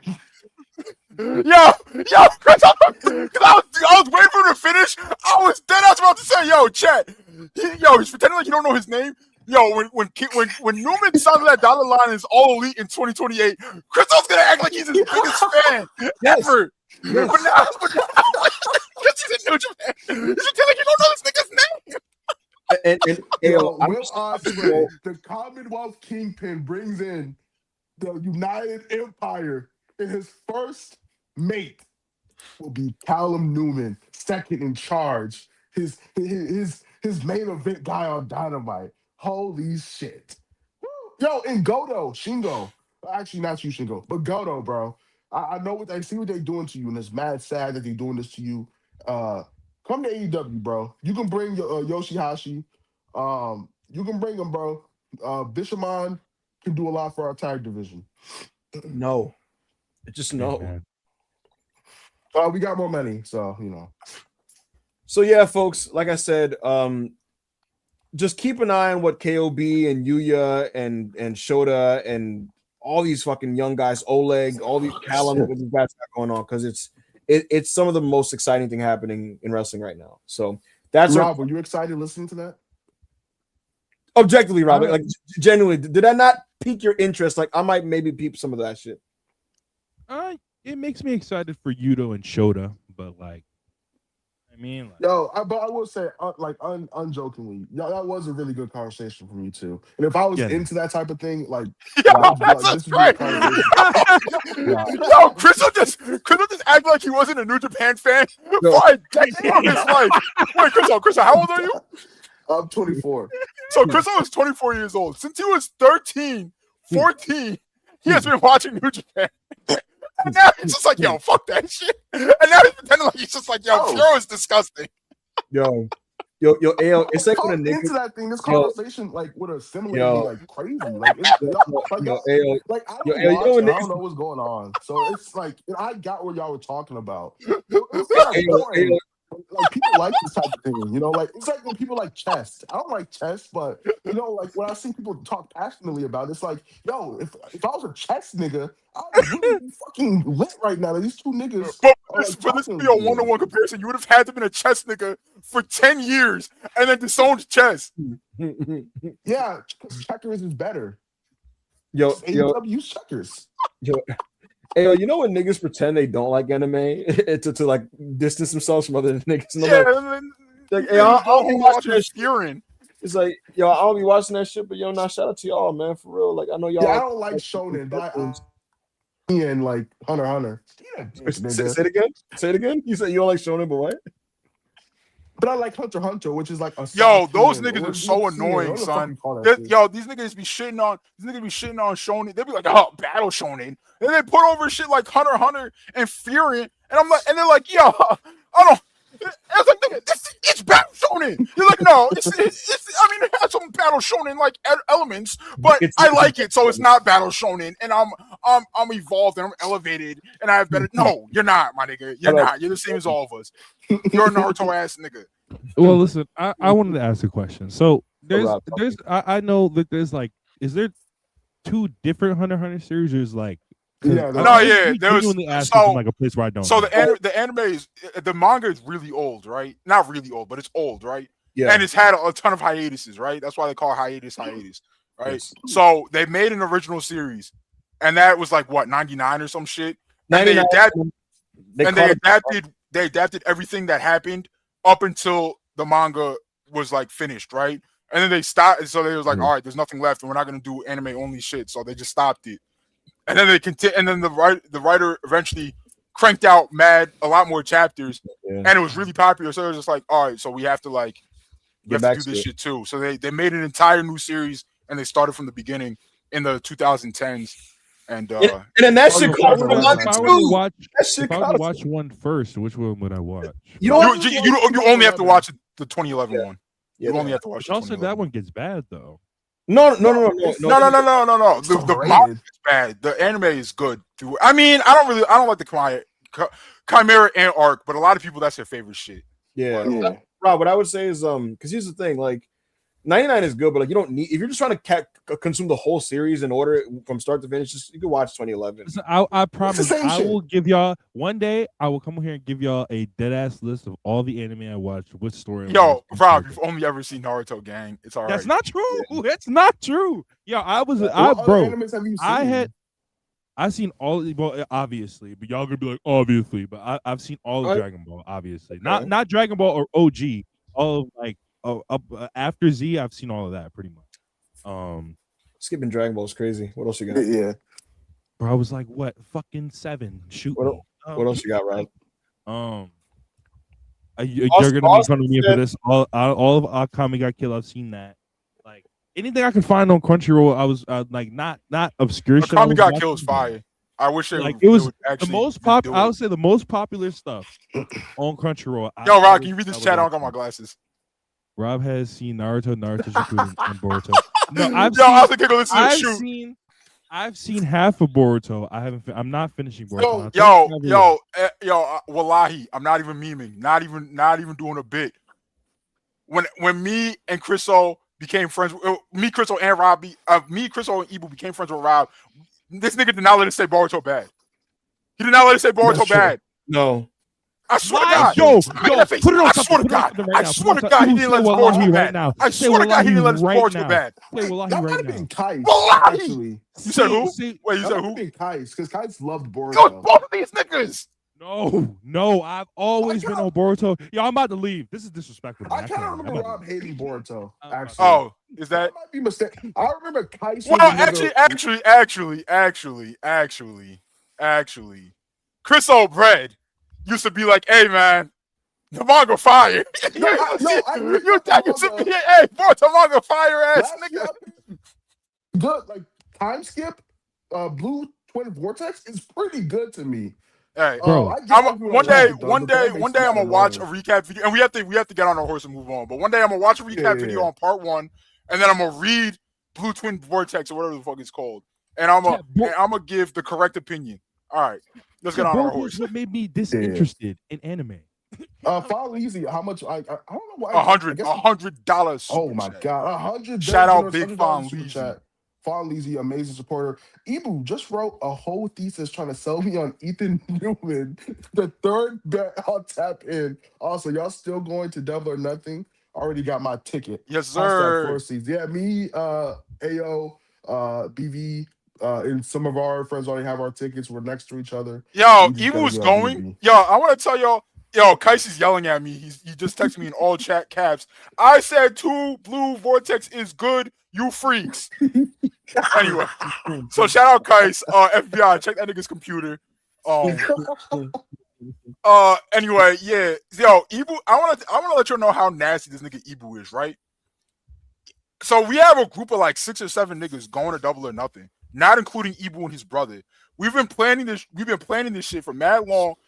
It was like, yo, what are we doing? What's everybody's budget? Ibu no sold every single conversation, knows he's going just because he'd rather get his tickets comped.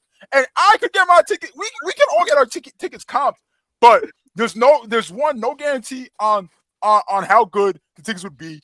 2, there's no way we could have got tickets comped for all the homies, right? That we're going with, because it's only like 4 of us that are content creators. No, 3 of us, including BV, right? It's only 3 of us, right? So it's like there's no way we could have got all those tickets comped. So Ibu no sold every single conversation about going to Double or Nothing, knowing that he's going, just so he can get comp tickets. Listen, man. If you could save a couple hundreds of dollars, you do it. Yeah, fucking disgusting. But yeah, we're going. Tickets already secured. I'm gonna be there. Crystal's gonna be there. BB's gonna be there. Ibu's gonna be there. Rob's scared of New York. That's a shoot. His dad straight up told me. I am not. Dad, say your dad didn't tell you you're scared to go to New York. Bro, he came in here and made a statement, and y'all ran with. He said, "I've never been to New York, bro. He a little scared." I'm not making no concrete plans 2 months out because I don't know what's gonna happen in 2 months. Shout out, Sir Paragraph Senior. Expose this little ass nigga. Expose this little ass nigga. I thought it was wait, you just lied. I thought I was scared of flying. First, I was scared of flying. Now I'm scared. No, Chriso was confused by saying you were scared of flying. Your pops never said that. He said you were scared to go to New York. I would never let anything happen to you in the towns. BV would never let anything happen to you, bro. And you're like 6'2", 265. It's 3. And the thing is, this nigga's 6'2", 300, and he's gotta go to New York. Bro, I'm not scared to go nowhere. I'm never scared to go nowhere. His dad built like a fucking tank, and he's scared of fucking. I'm not scared ski to mask New York, in New York, bro. I'm not scared. Nigga scared of a zanned out 15-year-old who's fucking 165 pounds, hasn't eaten in 3 weeks because he saw one Bronx drill video. You're gonna be all right, gang. I'm gonna take care of you, mud. Thank you, Paul Leezy, for the super chat. Shout out, Paul Leezy, big brother. All right, let's go back in order. All right, I'm happy to let y'all know we're back on Fed Talk. Slow Down Radio, $5 super chat. Can Carmelo Hayes and Ilya Dragunov be in the world title scene already? Also, keep up the great podcast, guys. Always a good listen every week. What do you think, Ibu? What do you think? Rob, you too. So first things first, Ilya and Melo had a match on SmackDown, and I got this weird sense that they did whatever they were planning at Mania on TV. Because, like, I'll put it to you this way, AO. They did, like, every move that they know and did, like, every near fall under the sun. And they just packed it all in and worked super duper hard. It was a pretty great match. Should they be in the main event scene? I mean, this version of Ilya ever so slightly gives me the ick to where, like, I don't know. But, like, obviously, like, work-wise, it'd be nice. Melo, to be completely honest with you, bro, I don't see why not, bro. Like, I know people want to, everybody's first conversation, he's not tricked from a visual, like, in terms of, like, his size and charisma and aura, and okay, I get that, right? He's a better wrestler, though. And guess what? Melo has gotten over now. He's not just an internet-only sensation. Now, yo, shout out to Melo, bro, because if you asked me if I ever thought he would get, like, this over after the way his main roster run started, I would have said, fuck no. But, you know, prove me wrong. Prove whoever his doubters in Gorilla wrong. 100%. Oh, absolutely, bro. He basically kicked out because, like, he was heading down a fucked up path there, bro. Yeah. And so, look, they were trying to Gargano him, bro. They were trying to Gargano him. If you threw him at Randy, we're getting over 2. That's what I also want to mention that. Yo, Gargano, shout out my nigga Gargano. We getting over. Let's get it. Nevertheless, look, would I be opposed to Melo versus Randy at Backlash? Fuck no. Would the audience be opposed to it? I mean, it's tough putting any babyface against Randy specifically, but no, there would be no pushback to Melo being put in a higher position. So, like, is he like a face of the company type of guy? I mean, probably not because of the size, but like, he's over and his matches are really good. So, like, Like I said, Yeah. and with Ilya again, like there's just certain things that give me the ick with him. You know, some of the I like, feel like you know, you know what it is. I feel like with SmackDown, bro. People don't understand, bro. SmackDown, they try to overcomplicate SmackDown. That's why SmackDown has been terrible for so long. Is because people try to overcomplicate the fucking show.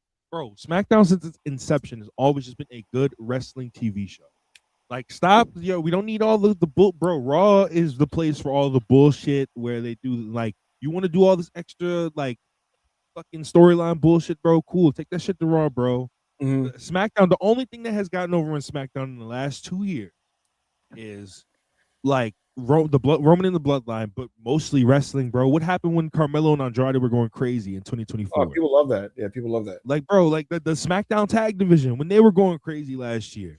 And that earned them their fucking post-Mania match and their SummerSlam match. Like, bro, just stop trying to make SmackDown some shit it's not, bro. It's a good wrestling TV show. Chris, what would surprise you more if Melo got a pay-per-view title challenge this year or if Ilya got one? Ilya. That would surprise you more. Unless it's Gunther. If Gunther has a title, right. Then it's gonna be Ilya. Yeah, because that's something he's gonna push remember for. This. I think. Yeah, he's gonna push for it. It hasn't happened yet. They're gonna be like, remember they did this shit in NXT when and all that shit. But if it's not Gunther, I'd say Melo just because he can talk, and Ilya cannot. If you ask me this, if it was how Ilya was presented before Lesnar no-sold his chops, and they were just like, okay, this is just gonna be a thing that anybody who's 5'11" or taller does. They just laugh at his chops. Then I would say easily Ilya. But now, bro, I feel like in Gorilla, they're just like, yo, this nigga, a little cruiserweight worker we could put out there for 15 minutes. That fucking sucks because he's so good. I get the sense that they know he's really good, but they just kind of like, to be honest, it feels like early Benoit in the Attitude Era, where like they're like, yo, this nigga be wrestling his ass off. But obviously he's not like The Rock or Austin. But except it's not to that degree because at least Benoit eventually got to wrestle Rock on pay-per-view. I don't know if Ilya is going to work a main event guy unless it's a Gunther, like Chris said. So we'll see. But I think Melo, there's a chance. So hopefully, and again, like to his credit, he's gotten over in spite of all the obstacles preventing him from getting over. So shout out to him and thank you, Slow Down Radio, for the super chat. Appreciate you. All right, let's get on our horse.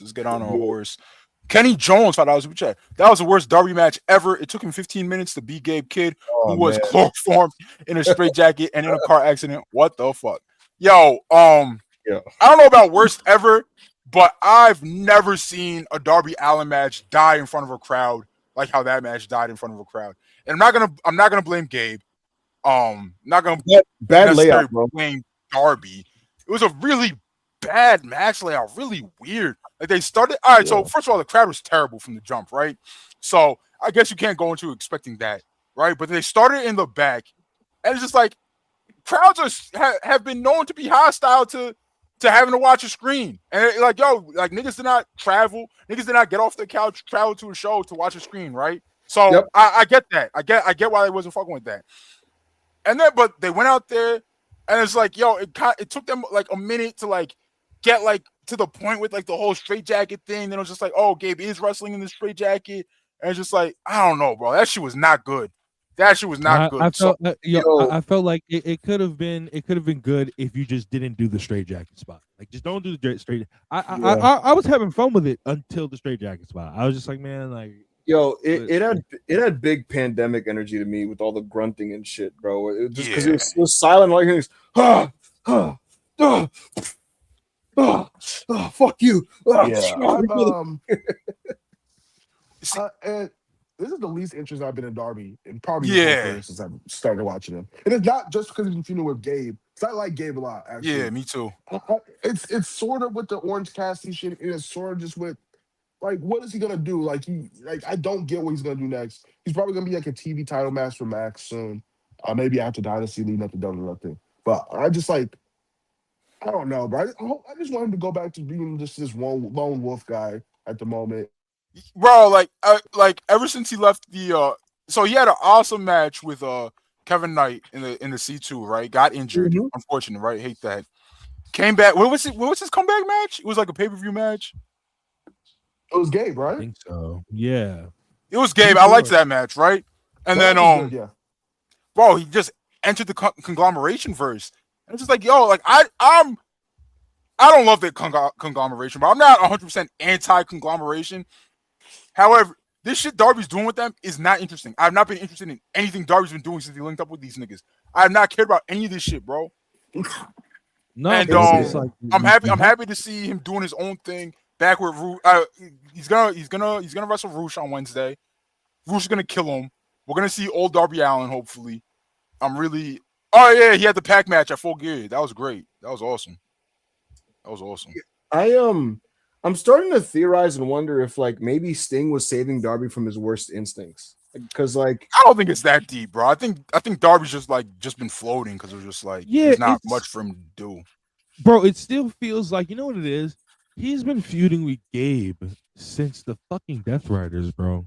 And that was like more than a year ago, especially since Gabe joined the Death Riders. Hey, Jan, I'm gonna tell you right now, Roosh is not fucking winning that match, bro. Darby called out MJF, bro. The world champion is a heel. Darby's gonna be a match for Max. There was another comment that I wanted to look at real fast. The Pillars Fatal 4-Way match was way worse. I have no issue with niggas hating that match. I don't like the match either, right? Mm-hmm. However, at the time that it happened, it was objectively over as fucking the building. Yeah. And people on Twitter loved it at the time that it happened. Did it age well? No, I don't think it aged well at all. Right? I'll probably never watch that shit again unless someone pays for it in Discord. Mm-hmm. But I don't think we compare those two, right? Because at least it was over in the building, and people on Twitter loved it. People on Twitter did not love this match, and it was not over at all in the building. Yeah, I was sleeping. So I agree.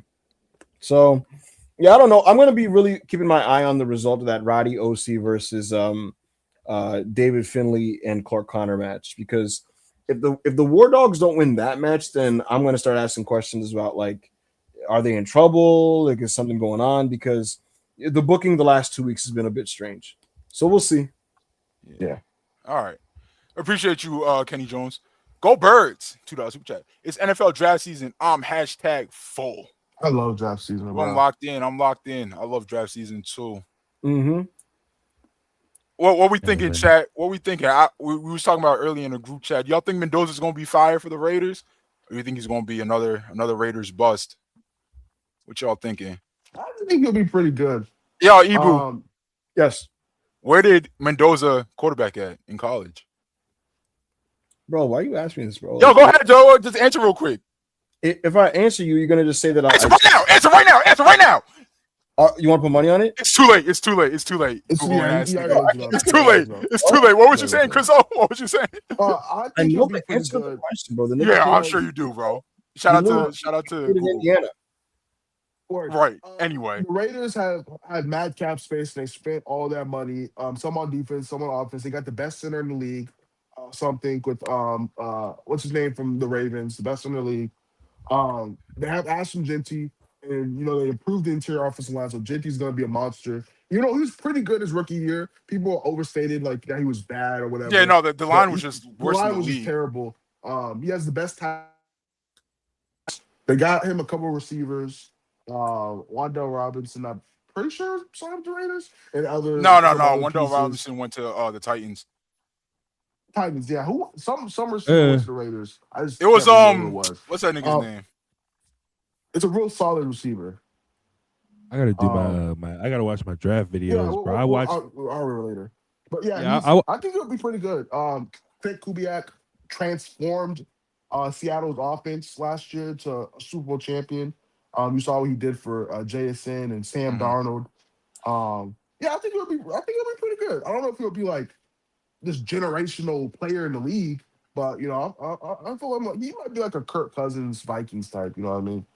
Hey, if they got Kirk Cousins Vikings, then that would be the best Raiders quarterback since Derek Carr when he was like, yo, relax. Derek Carr, like, we don't say that name. Yeah, that should go. Rob, you was defending him. Come on. Yo, Ebu, I have a question. And if you answer this in 3 seconds, we will not do the Ebu doesn't watch sports gimmick for 6 weeks. But you have to answer it, and you can't filibuster because we're gonna know you're Googling. Bro, I'm not. My phone's not even on my hands right now, bro. All right. So are you Take it, down? bro. Yes or no? Yeah, 3 seconds to answer. What We'll is give this you question a gotta real be? 3 seconds. What's this Are question? you down? Yes or no, bro? Just answer the question. It's about to be some bullshit. Yeah. Now, are you down? Yes or no? What's the question, bro? You can't be like, yo, so are you telling me? No, you just have to answer the question. Oh my god. Are you ready? Yes or no? I guess. Where did Jeremiah Love play college football? Jeremiah Love. Wasn't it Notre Dame? It's too late. You're a piece of shit. What? Yo, what the fuck? That was I answered. Wait, no, that's not fair. That's not. I literally had to think about it, and then I fucking answered you. It's too late. Chat. That y'all see what he just did? I knew the answer to the question. He played in Notre Dame. I just had to think. I'm like, who's that again? I'm like, oh, nigga's running back. Yeah, boom. Like, Jake does memes. Remember for 3 months. What's some matches you'd like to see for Forbidden Door this year? I think it's too early for the Osprey match between Callum, Newman, and Osprey. So I'm gonna say matches I think could actually happen, right? Yota Tsuji and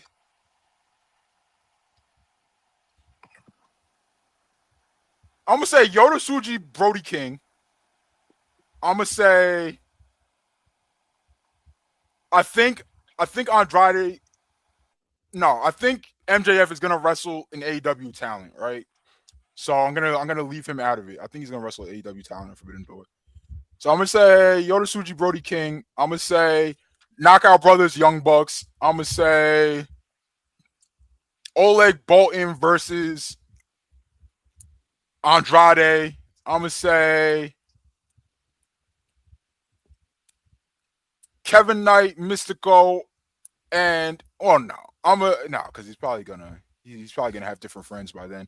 I'm gonna say Swerve versus Callum Newman. I'm gonna say what else? Oiwa ZSJ should bury FTR. That would be tough. What do we want? What do we want Big Ol' Mita doing at Forbidden Door? I have some matches, but I'll wait for you to get finished. No, go ahead. I have one. All right, so I would probably do MJF versus let's see. I'll do MJF versus Andrade if they don't do Grand Slam Mexico by then, but they probably will. But still, I would do Kenny Omega versus Hangman Page.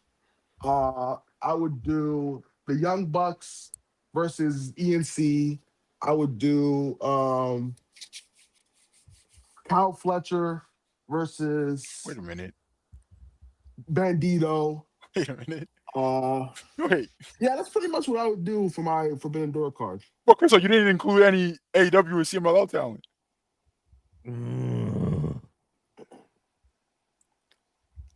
Chris. It's my card. Chris. So no, it's my card. So Chris. What do you want me? It's my card, buddy. I want I was like, wait. It's my card, my nigga. Evil Rob, what are some matches you want to see? Yo, nigga, I want another Shooter Osprey, nigga. Oh my god, those matches that's what were I amazing. want. Those last one was like amazing, 5 3/4 from Dave. Nigga, I need another one. That would be that cool. first Shooter Osprey match. Oh my god. That would the be historic cool. X when he wore the Hayabusa gear. Yeah. Oh my god. To answer the question, I don't give a fuck about Forbidden Door unless they're doing an angle where the companies have beef. Otherwise, niggas can keep that. I mean, they're doing that. They're definitely doing that. Mm-hmm. Did you see New Japan's Instagram uploaded Gabe Kidd going off on Tanahashi in New Japan? No, but that's hilarious. Yeah, they what's it called? They posted it on their Instagram. Gabe Kidd being like, "Oh, fuck Tanahashi, old cripple, fuck New Japan, fuck all that shit." Yeah. Gabe versus somebody like top level, like whether it be Shota, Yuya, or Yota Tsuji would work. Swerve could work one of them. Callum, obviously, with that match is obvious. Even though I get the sense that they're going to save Callum Ospreay for a New Japan match. Oh, Unless- you know what? I could see them going to I could see them doing like Callum, or I could see them doing United Empire versus the Dogs. Because like United Empire has been heavy on the fuck AEW shit. Mm-hmm. Or I could see them doing Yoda Tsuji, David Finlay, which they have great chemistry, so I'm not opposed to that. Yeah, there's a couple options there. Callum versus Fletcher would be hard though. Yeah, that shit would be hard. For sure. So I just hope this year it's not just some like this is a celebration of wrestling. New Japan and AEW come together. Like we've seen that. We've seen plus and I love the New Japan young guys, but they're not to an international audience. They're not like the household names that like the Okada generation were. They're not. So you have to give people a hook on like why we care about these guys. Oh, we care about them because they were AEW batting and we want to see them lose. Okay, that's something to care about. Right, and I actually hope that Tony would take a month to kind of like familiarize his audience with some of those dudes. Like I think if you did a TV tag where like a man you did an all-star tag where it's an AEW versus New Japan all-star, like a man you did Yota Tsuji, Shota Umino, Yuya Uemura, and whoever the fuck you want as the fourth guy versus like an Ospreay and Babyface's team or whatever you want it to be. That would be really fucking cool. And a lot of AEW only watchers would watch it and go, damn, these dudes are good. I got to start checking out some of those other dudes. So, yeah, man, I'm looking forward. Miles, get this guy out of here. Get Bucky out of here. Oh my god, that would whatever. But yeah. So we'll see how they play. We need some Toriano minutes, bro. If there's real beef, I'll be into it. So we'll see how they play it. Yeah. Okay, thank you. Mass $2 super chat. Spider-Man FC, we back. Yo, shout out Mass, bro. He keeps me updated on all MCU shit, and I appreciate it greatly. I don't always get back to him, but he don't care. He keep me updated anyway. I'm locked in for Spider-Man. Wonder Man season 2 is announced, so I'll officially be watching season 1 of Wonder Man. I didn't watch because I was like, I'm not gonna watch this thing that's critically acclaimed and then gets canceled. But it didn't get canceled, so now I'm gonna watch it. So I'm locked in. MCU has a lot to be excited about. You said what? So go ahead and fuck that nigga, get it over with. Why'd you say that to me? Yeah, because this meme from the Spider-Man trailer because of him and MJ. Oh, I hear you. Yeah, bro, my Spider-Man's not a cuck, man. He is though. But I fuck with it. It's okay. Like, I fuck with it. I fuck with Tom Holland. He's my favorite Spider-Man chat. $10 super chat? Did I guess right? 20. Bo Blast, $20 super chat. Self-made. I'm finishing OG Dragon Ball this week. Am I moving into Z or Kai? Or what's the move? Stay clear of all the pollen. Hashtag, the pollen's been doing something to me. Hashtag self-made forever. I have a kind of a nuanced / complex take on this. So they redubbed the Saiyan arc in Z in like 05, and that dub is you can watch that totally fine. And I actually kind of low-key like some of the Saiyan arc filler. So if you want, this is what I would say. Once you're getting Namek onward, definitely watch Kai. Yeah. If you want, you could stay with the original for Z, for the Saiyan arc specifically. But it's just totally up to you. So if he's using like torrents or like pirating website, what would he type in for the redub? It's just on every major site and streaming service, the redubbed version of the Saiyan arc is like the base standard like thing that they use. Basically. Okay. Yeah. They don't nowhere is like the fucking what's that shit called? What was that old dub Ocean? No one uses the Ocean thing anymore for like the Saiyan saga. Yeah, I watched a lot of the Ocean shit originally. Yeah. Because like I was staying at my aunt's house all summer in London. Yeah. And like that's just what they had over there and shit. Exactly. I was like, yo, what the fuck is wrong with Goku's voice? And that's why I originally watched Dragon Ball GT. And instead of 10 times Kamehameha, they were like 10-fold. I was like, what the fuck is a fold? I was like 8. I was like, what does 10-fold mean? I was like, hey man, I don't know what it means. It sounded hard. I was like, I'm fucking with it. Bro, Mr. Worldwide said in the chat, the Ocean dub had Vegeta going, "Your father, Kakarot, was a brilliant scientist." It's like Bardock was not a scientist, gang. You're just making up stuff. You're just making lines up. So Yeah, we appreciate you though, Maz. I would say either or. I mean, a lot of us have watched both. Shit. Yeah. I would say Kai just because it's better animation, better. It is voice better acting. animation on Kai though. the dub is objectively better, especially during the cell parts and like dynamic parts. Rob, go ahead. Yeah. Chi-Town Spurs, $5. Yeah, Yuya Uemura is cool, but not enough people are talking about my boy Yujiro's performance this weekend. Where did that come from? Yujiro Takahashi is a good wrestler. I'm dead ass. He's actually a good. He just, bro.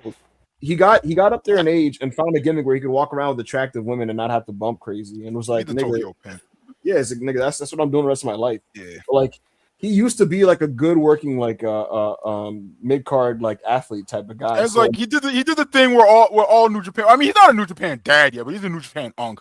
He did the thing where all New Japan unks do. Hey, it's my hometown. I'm turning the fuck up, my nigga. Turning up, yeah. So it was his hometown. He turned the fuck up. I gotta just say, bro, he's out there in the ring with Takeshita, and he is like out meeting the fuck out of him. Like it just in terms of like charisma and all that shit. It was pretty crazy to see. I think niggas is going a little too far on this Takeshita rhetoric. A little. Ayo, last night I watched this DDT match. Wow. Hey man, niggas threw that shit on. I said it's time to go to bed. It was funny as fuck. Nigga threw that shit on, and everybody said, "Yo, it's self-made session." Everybody said at the same time, self-made sessions tomorrow, yo. I stuck through and watched it, and like, it was just like, wow, this is just like this is where he's at, huh? Hey man, we a dramatic dream team. Shout out Higuchi. Word. Go Birds! $5 chat. Happy Monday. All no one is doing it like you guys. Are you having the best like you guys are. You have the best content in the game, and have built an amazing community around it. We appreciate you, bro. We appreciate it. I definitely don't take this shit for granted. I love y'all. I love you guys. Shit is awesome. 100%. 100%. Shit is awesome. We appreciate you, bro. Chi-Town Spurs on Super Chat. Don't watch WWE these days, but I caught the SmackDown main in the LNG Discord. Shout out Late Night Grin. And my takeaway is that we are too hard on some of the AEW women. None of them have put in a shift that bad in ages. Yeah, I did not watch this. Rob and Ibu, did you catch? I believe it was the Bella Twins versus Naya and who? Nigga. Yeah, don't get us canceled, please. But go ahead. Woo! I'm not. No. It's nothing on. Yeah, I don't. Bro, Nikki Bella, the Becky match was bad, right? Like, and then people said, no, we got to keep giving her a chance. And then the next match she had was bad. It's like, yo, sometimes it's time to leave the football before the football leaves you. And I don't watch soccer. My response to Side, bro. I want to preface all of this with Rob is or was a Bellas fan, right? You liked the Bellas growing up, right? Word. I'll see y'all later. Word. Wait, no. I'm being dead ass. Wait, you didn't? You didn't? I thought you did. Yo, no. No, I wasn't even joking. I thought you did. Some of those demons you true for. I thought and trust me, before y'all say it's the Cena thing, I didn't like her way before. Yo, I sometimes on Total Divas, yo, she would be like, Brie would be trying to get some shit ready for her wedding, and just because she's getting married and Brie's not, and Brie's getting married and she's not, she'd be like, yo, I don't want to do this. I'm actually miserable. Oh my god! This has a 1.54 on Cage Match. Tara, was it that bad, or was niggas like circle jerking? But bro, go ahead, Rob. Like in the current stage that we are at, like past the side, all that aside, we're talking about Nikki Bella currently objectively, or the Bella Twins, period, currently objectively. What have we seen in the last year that made us be like, yo, we need them to stick around? Hey man, not even on some disrespectful shit. Like, bro, like I said, the Becky match, bro. She went for a fucking springboard kick Becky Lynch wasn't even there for. Didn't Becky Yo. sell for it though? Listen, Yeah. this is I remember my that clip. response to Chi-Town is no, you should uphold a working standard, and you should uphold standards for the wrestlers that you watch. This is a match, you're comparing like the women of AEW to a match that includes a tag team that has one woman that hasn't wrestled in years and another one who like generally has not wrestled in years. The Bella Twins in their prime would fall short of the current modern working standard of American women's wrestling. And that's in their prime. And now these are women completely like inactive. So does it shock me that that match is terrible? No. If you ask me, and this is not a report in any way, shape, or the form, this is me, an observer of the business, just kind of calling it how I see it based on, you know, how I know shit goes. It would not shock me if that was a political hit, AO, because I get the sense that the Bellas are really trying to keep a spot on television. They're very vocal in their podcast, and God bless them for doing that. Fight for your spot. But I get the sense that WWE wanted to show like the world, like they're not that good. We're gonna give them a main event, an extended main event on television where they're gonna fucking fall on their ass and show how not good they are, and then justify not calling them after Mania, so to speak. That's total theory. But you give them a 10-minute main event with Nia and Lash, who already they themselves are not the Miracle Violence connection. But of course that was going to be terrible. And I'm not going to watch a modern 2026 Bellas match and go, okay, because this was horrendous, we need to all be nicer to every wrestler. I mean, be nice to wrestlers. You should be nice. I don't think, I think, bro, like, I think we all spend way too much time watching wrestling, right? I think we all need to have a standard on like what we deem as acceptable on what is on national television at the highest level. I don't think just because something is worse elsewhere, that means we have to defend something that is objectively bad. I don't think that's good for wrestling either. I think we should demand better wrestling. I think we should all demand better wrestling. And beyond it, it'd be one thing, AO. It'd be one thing if, like, for whatever reason, an Asuka Lyra match was horrendous. But like, no, these are people that are not even active talent that just came on the show as guests and had a terrible match. You know, so and they're below the working standard of the promotion they're even on. So that's my whole thought on that. I don't think I get the sense that WWE doesn't have like they're apathetic towards using the Bellas, but they have no choice but to do so. And the Bellas, to their credit, they're gonna fight again. They're gonna fight to get a role on the show. Yo, the Bellas have a huge podcast. They have a huge following. They have a huge fan base. And you know what they told their huge podcast, huge following, and huge fan base? What's up? That they were booked WrestleMania. Yeah, and so I don't think that whole political hit thing. Even if I don't think that theory. Even if it was the case, like, hey, bro, these ladies cannot tell their fan base they're booked for WrestleMania, and then they're just not. Well, AO, let me explain it to you this way. I think it's one of those things where they brought them for the Rumble, and they told them, yeah, you're part of Mania this year. You're a big part of that. I get the sense Triple H personally is like, I'm not even really trying to use them like that. They got ghosted. They told their podcast they got ghosted. Then Please they said, remind people that this is not a fucking report, bro. This is not a report in any. I'm telling the people what is out there. They themselves have said all these things, and I, as a discerning member of the public, am simply chaining together the information that they themselves have dropped. And so all I'm saying is simply is this. They were in the Rumble, AO. The Raw after the Rumble, they had an angle where they went face-to-face with Rio. Or no, they didn't go face-to-face, but they said they wanted to fight for the tag championships, and they wanted to fight Io and Rhea, right? Then they disappear for 2 months. Then they go on their show and say, we'd love to be on the show. We'd love to be on the show. We'd love to have, attention in our last year like John Cena did. We know that's not going to happen. And they literally said they're not telling us to come to TV. They're not contacting us, meaning AKA we've been ghosted. Then out of nowhere they say, okay, we're gonna be at Mania. We heard we're at Mania, and then they get called back to TV, and then they start shooting these angles. So to me, I go, oh, they're not really trying to use them like that, but they know that they probably promised them, so now they have to, and you're getting what you're getting. So whatever it is, they're going to be a part of the women's tag title match. And I got nothing against the Bellas personally, but I think it's fair to say that everybody could see it just, they are what they are at this point. And you either hide that and protect them, or you let them go out there and look really bad out there like they did on TV in a main event. Hey, I don't know. I don't know all that shit you're stringing together. I don't know anything about that. Yeah. But I, as someone who just knows like how professional wrestling works, from an out just like booking like ebbs and flows or whatever, I feel like this was the 1-1, bro. I feel this was the 1-1. They did the job for lashing Nia on TV, and Nash and Lash and Nia are gonna return the favor at Mania and put them over. I think that's what's happening. It's going to be a multi-team match, and we'll see what the other teams feel like, and especially since the Bellas always talk about how they never won those belts, even though they did a lot for tag wrestling in WWE. They always talk about that. That's one of their biggest talking points. God bless everybody involved. It got DQ. Yeah, see, I feel that's even more to my point that, you know.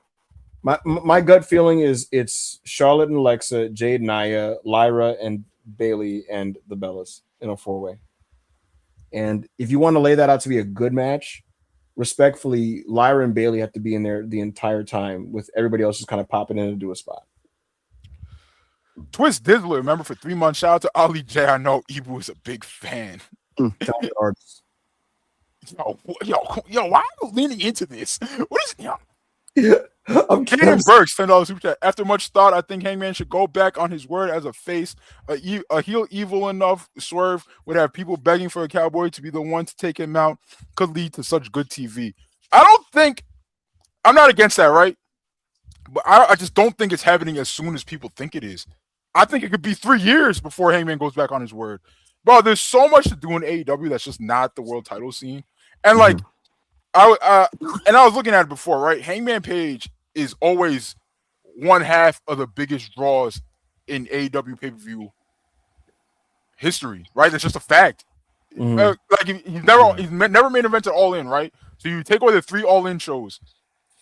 If you look at the top selling pay-per-views, Hangman Page is like on all of them.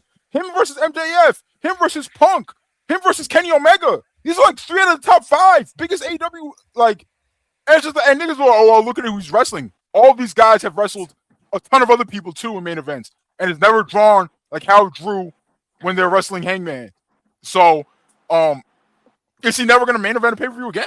Fucking course not.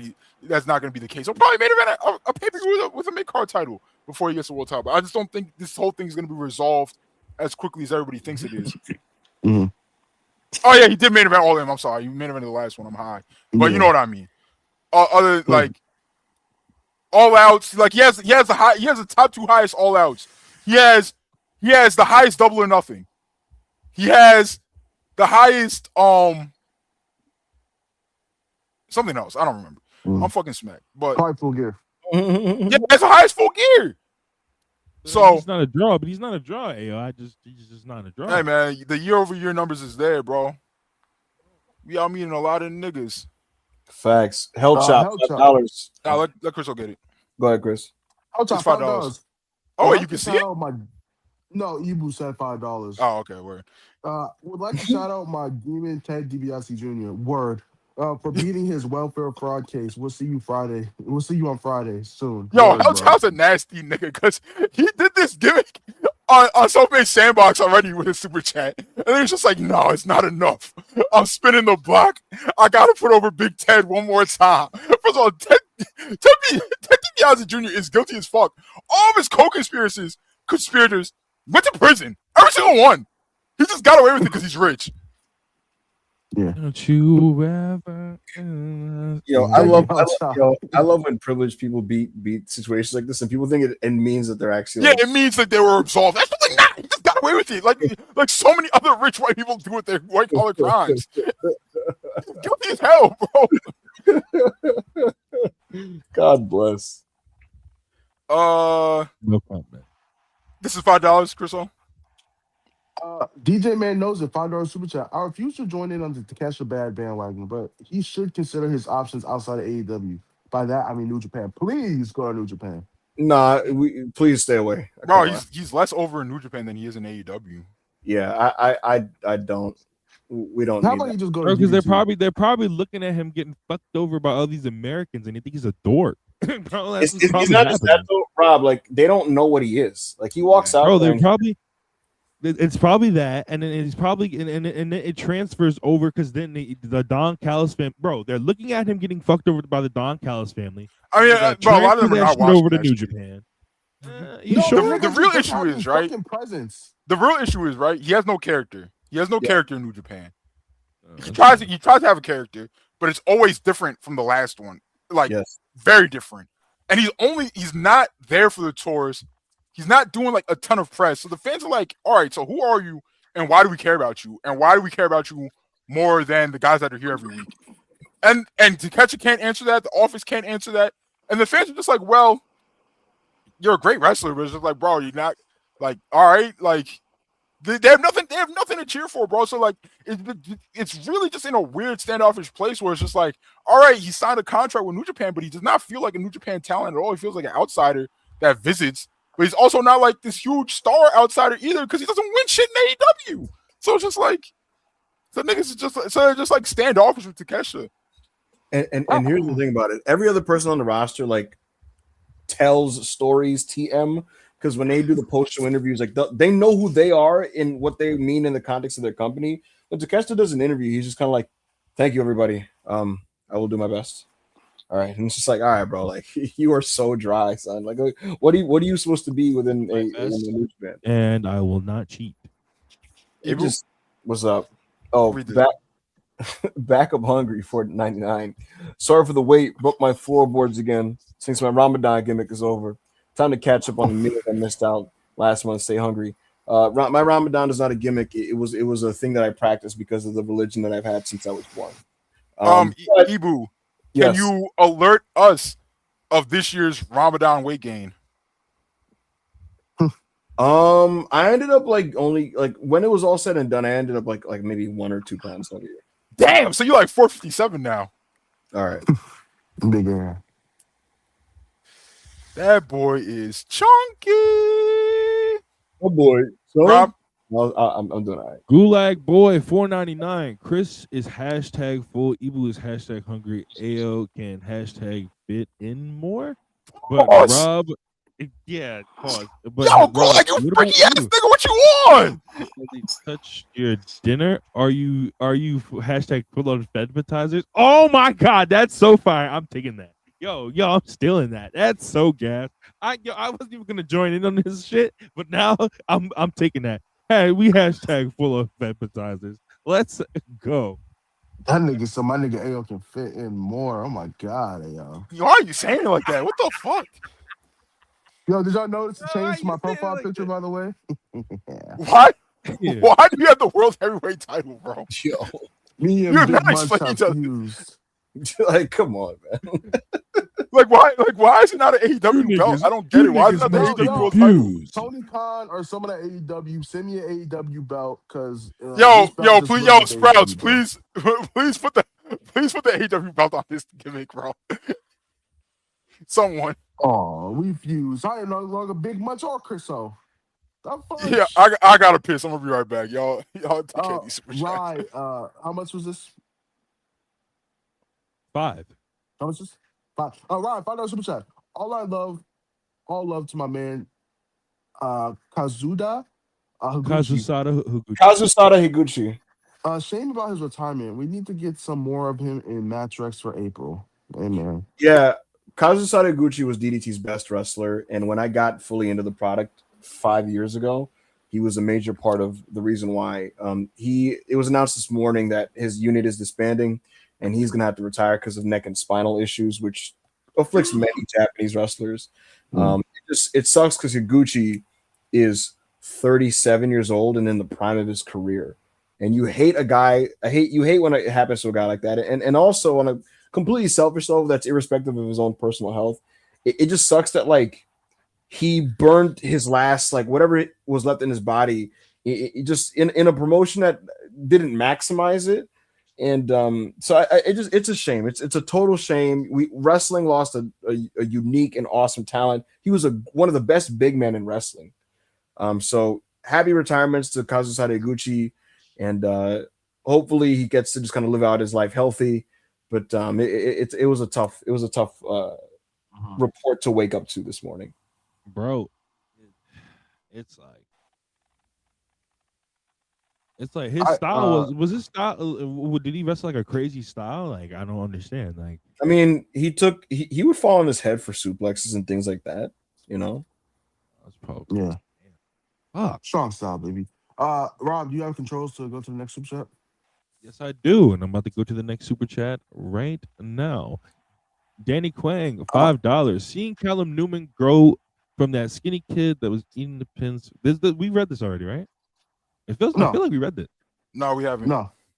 Oh well, that was eating the pins for the United Empire to New Japan Cup winner, only 23 years old, is insane.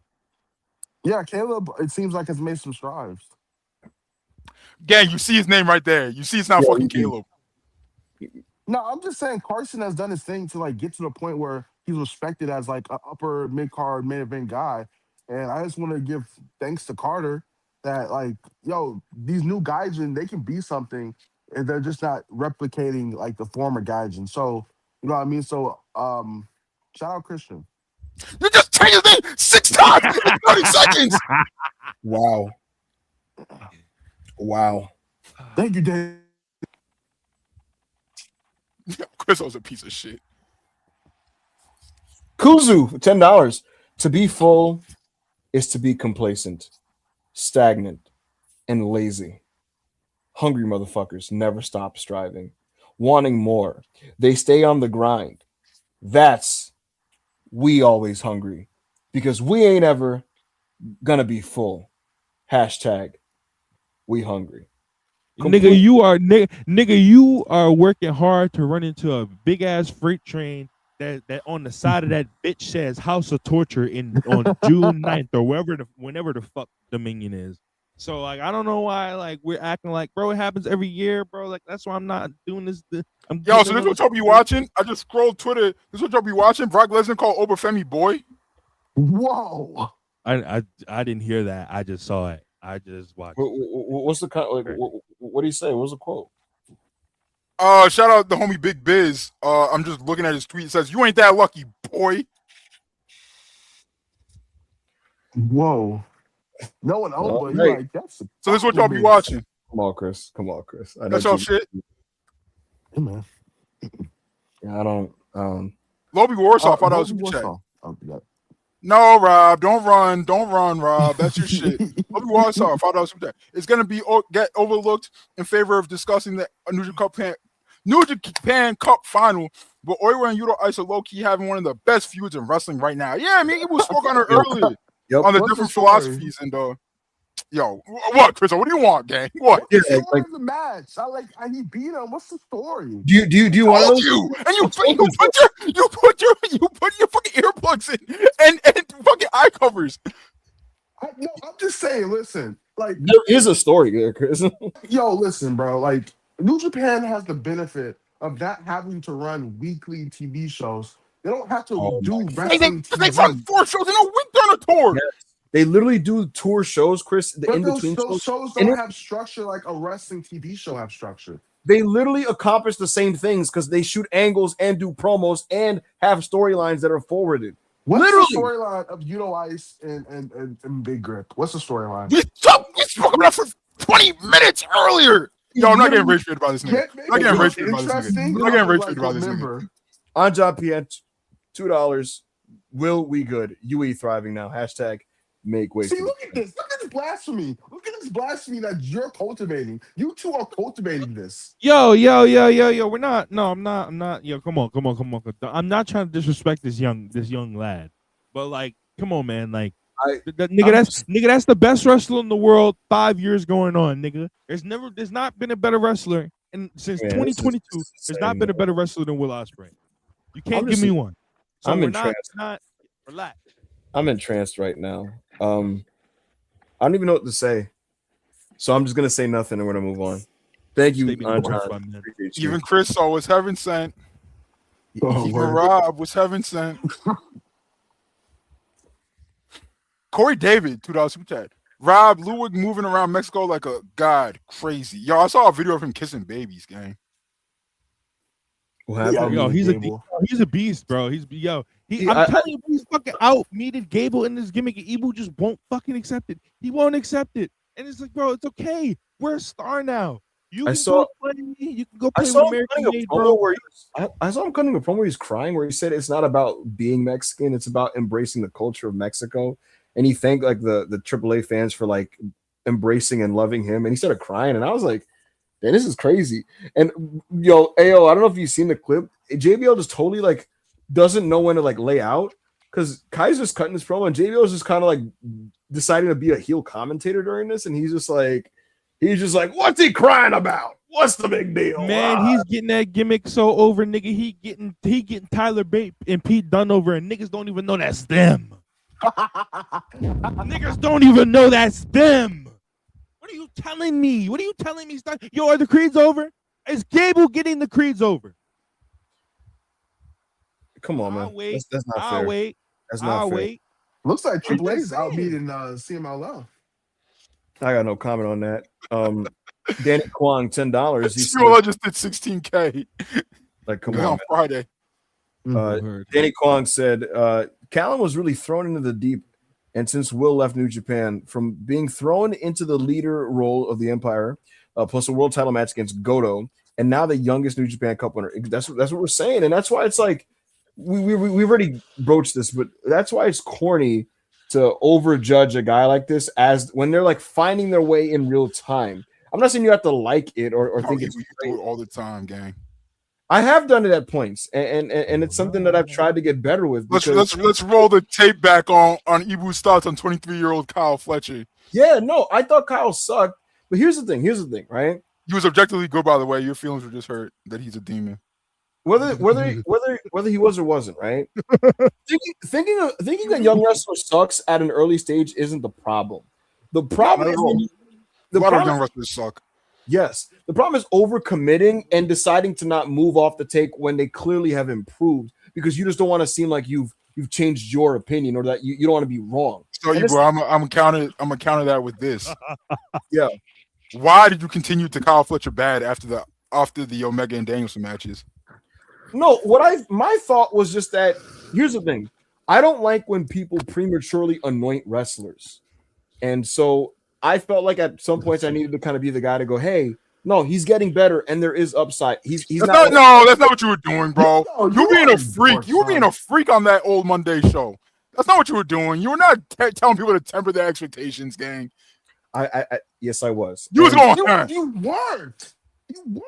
I mean, he's wrestling Omega and Danielson. So well, he was wrestling Omega Danielson. And the bottom that nigga Piccolo, bro. You called him Piccolo. When by the time he got to the end of 2023, it was very clear that he was not only improving, but he had a ton of upside. And I could see the vision at that point. And he pretty much realized it like by the time he got to like late 2024. Who's better now? Who's better? Callum Fletcher did. Who's better? Say it again. Who was better? Kyle Fletcher during that stage of his career, or Callum Newman right now? Callum Newman right now, definitely. Yeah, he's a dork. You're a fucking dork. No. I agree. I agree. I don't think 2023 Fletcher could go 30-minute in a New Japan main event. Nigga, he was having niggas talk about Lee Johnson matches. He had a 3-match with Lee Johnson. That was a year later. That was months later. Yeah, Chris, if you're asking me about Red Kyle Fletcher, Keno Fletcher, if you're asking me about Keno Fletcher, I'll say Keno Fletcher is better than Cal Newman right now. But that was a year later. That's this was still Aussie Open Kyle Fletcher just doing singles matches that I'm talking about. Correct. I thought you meant he was better. I thought you meant he was better than Keno Fletcher. That's why I left. No. Keno Fletcher is better than Newman is right now. I did forget Keno Fletcher was a little bit after those two matches. I did forget it was a little bit after.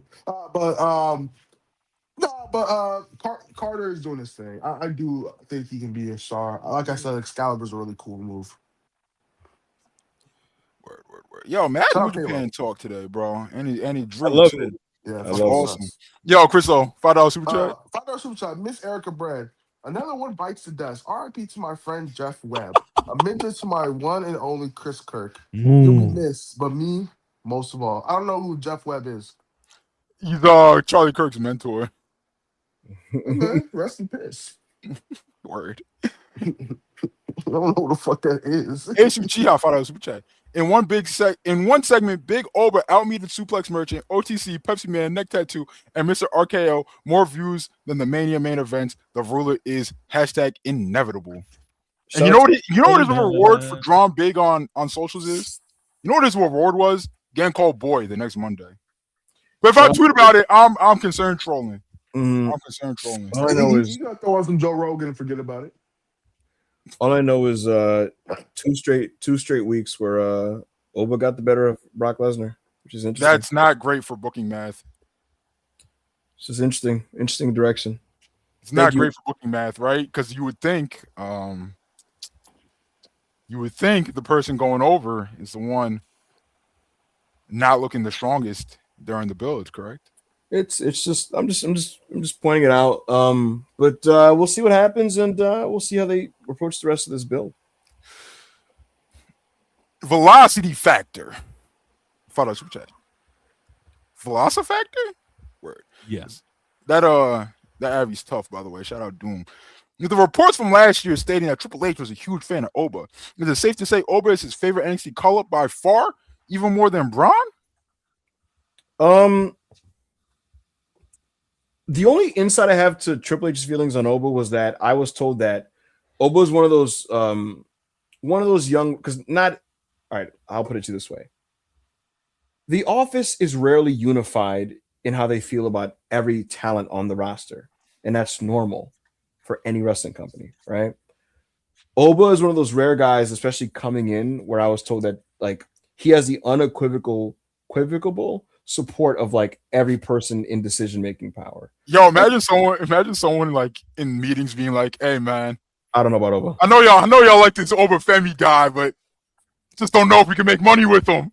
Oh man, like what is going on in someone like that's head, son? It's insane. I got told also that bro, they really were impressed by Oba had a promo in New York on Ricky Stark that Ricky Saints that they just were blown away by. I was Ricky Saints supposed to be the promo guy. Nigga, I remember. Oba bit his face off in that promo. Nigga, I remember it was when he was standing there. He came back and he was just doing the jeans and the fist tape. And he was just like, "You can't wait to go to Raw and carry Cody's bags." Yo, Rob was like, "Yo, you have to watch this Oba promo."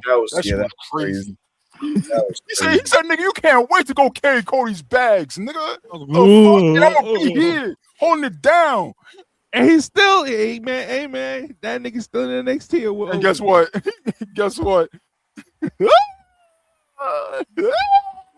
Don't go to Raw, nigga. And you know, Chriso, 3 months. Vernacular, 3 months. Remember for 3 months. Thank you. Sandbox on Friday. Back. I hang out with Holbert tomorrow. No, sorry. Box office next week, I think. WWE has been asked so long. We the new tribalism meta is just hungry versus belly full. Look, that's like the WWE AEW fight is boring now. So like, it is boring. I dead don't do it anymore. I dead don't care about that shit. It's mad, like who cares, bro? It's so boring. That should stop being entertaining 2 to 3 years ago. Masculinity Housen. The black heart is Leo's inner masculinity, and we have taken over. Y'all talk about hungry and full, but we hungry off masculinity and full off of Leo. What the fuck does that mean? I really don't know. That is kind of profound when you think about it. And like, it's not existential type of way. It's not existential or insightful or even coherent. Aww. Thank you, Masculinity Housen. And thank you for being a member of the Self-Made Capo tier, which to this day has an all-time wrestling draft that is timeless content. And if you haven't listened to it, come listen to me draft the objectively best roster and get screwed for it. What? Hosted by Joe Holbert. Well, I won't spoil for those who haven't seen, but you know. Austin Kinko, how much money? $5. $5 super chat. Self-Made, the only place where you can go from Kenny versus Goto to a Street Fighter match to then watching NXT 2.0 segments with Joe. Who is doing it like Self-Made? Nobody. I'm just gonna let you know right now. That night in the Discord was a ton of fun, and Austin just spoke to it. Man, if you're not in there, man, we have a great time, and it's only $5 to get in. We watch rap battles, we do music battles in there, we watch movies, We watched sports games, wrestling matches, everything in between. We had a great time with Joe, just because Joe never seen NXT 2.0. So we were talking about it, and we were showing him like what the segments were looking like, and he couldn't believe his eyes at some of the stuff that they were running on television. Like he just couldn't believe it. So it's a great time in that Discord. I love being in there, and if you want to be in there, man, $5 gets you in, $10, and we'll watch matches at your recommendation, and $100 is the optional Paragon tier, where if you give us $100, we will create content centered around whatever you want us to, as long as it's not pornographic or gory. So a movie, a collection of matches, a full wrestling show, some TV episodes, anime, whatever you want it to be, within the frame of roughly about 3 hours. We'll do it, and we'll schedule a day to make that content. Yeah. That's $5 in the business. Yes, sir. Well, I mean, it's tied. It's tied with the membership tier, which is rapidly approaching 500 members. And when it does hit 500 members, we have another surprise for our members. We appreciate you. Lock in. Amari V, $5. That conversation about WrestleMania not being the same in the TKO Triple H era in the Discord last night was interesting. Do y'all mind if y'all expand upon that point? I was high as shit, but my main point, right, was that throughout history, right, whether WWE had an awesome year or a terrible year, people would always rally around WrestleMania and Mania weekend, and that would it would be like when it starts getting cold and shit, and niggas just like, man, I'm mad depressed, bro, but at least Christmas is coming around, right? That's what Mania used to be like for wrestling fans. People that would hate WWE, they'd at least be like, yo, it's Mania season, bro. We could get up for Mania. That Mania's gone, bro.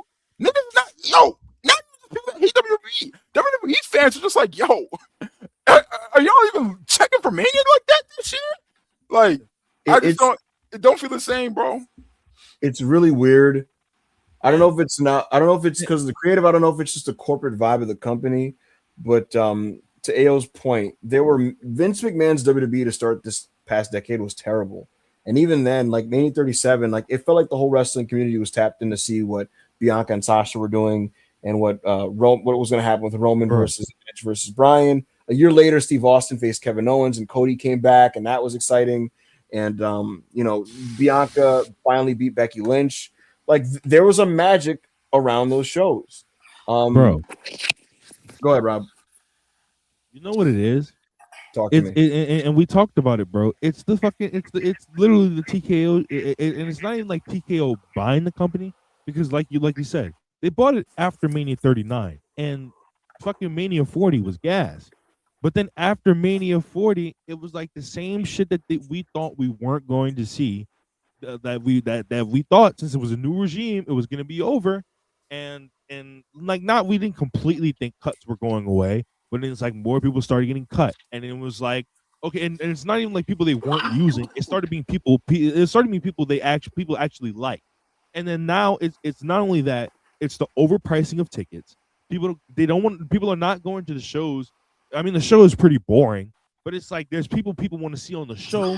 People are not going to the shows because, nigga, I'm not fucking, bro. People are taking out loans to go to fucking shows. I mean, that's on you. But it's like, bro, they shouldn't have to fucking do that in the first place. Bro, like we mentioned it last night in Discord, and we mentioned it last week. That fucking WrestleMania 19 picture of the ticket prices is crazy compared to now. What was a low level price? Bro, front row was what was it? $400 for front row. Yeah. Front row WrestleMania was $400, and that was 2003, right? I did the conversion calculator. That was $711. $711 to be front row to Kurt Angle versus Brock Lesnar.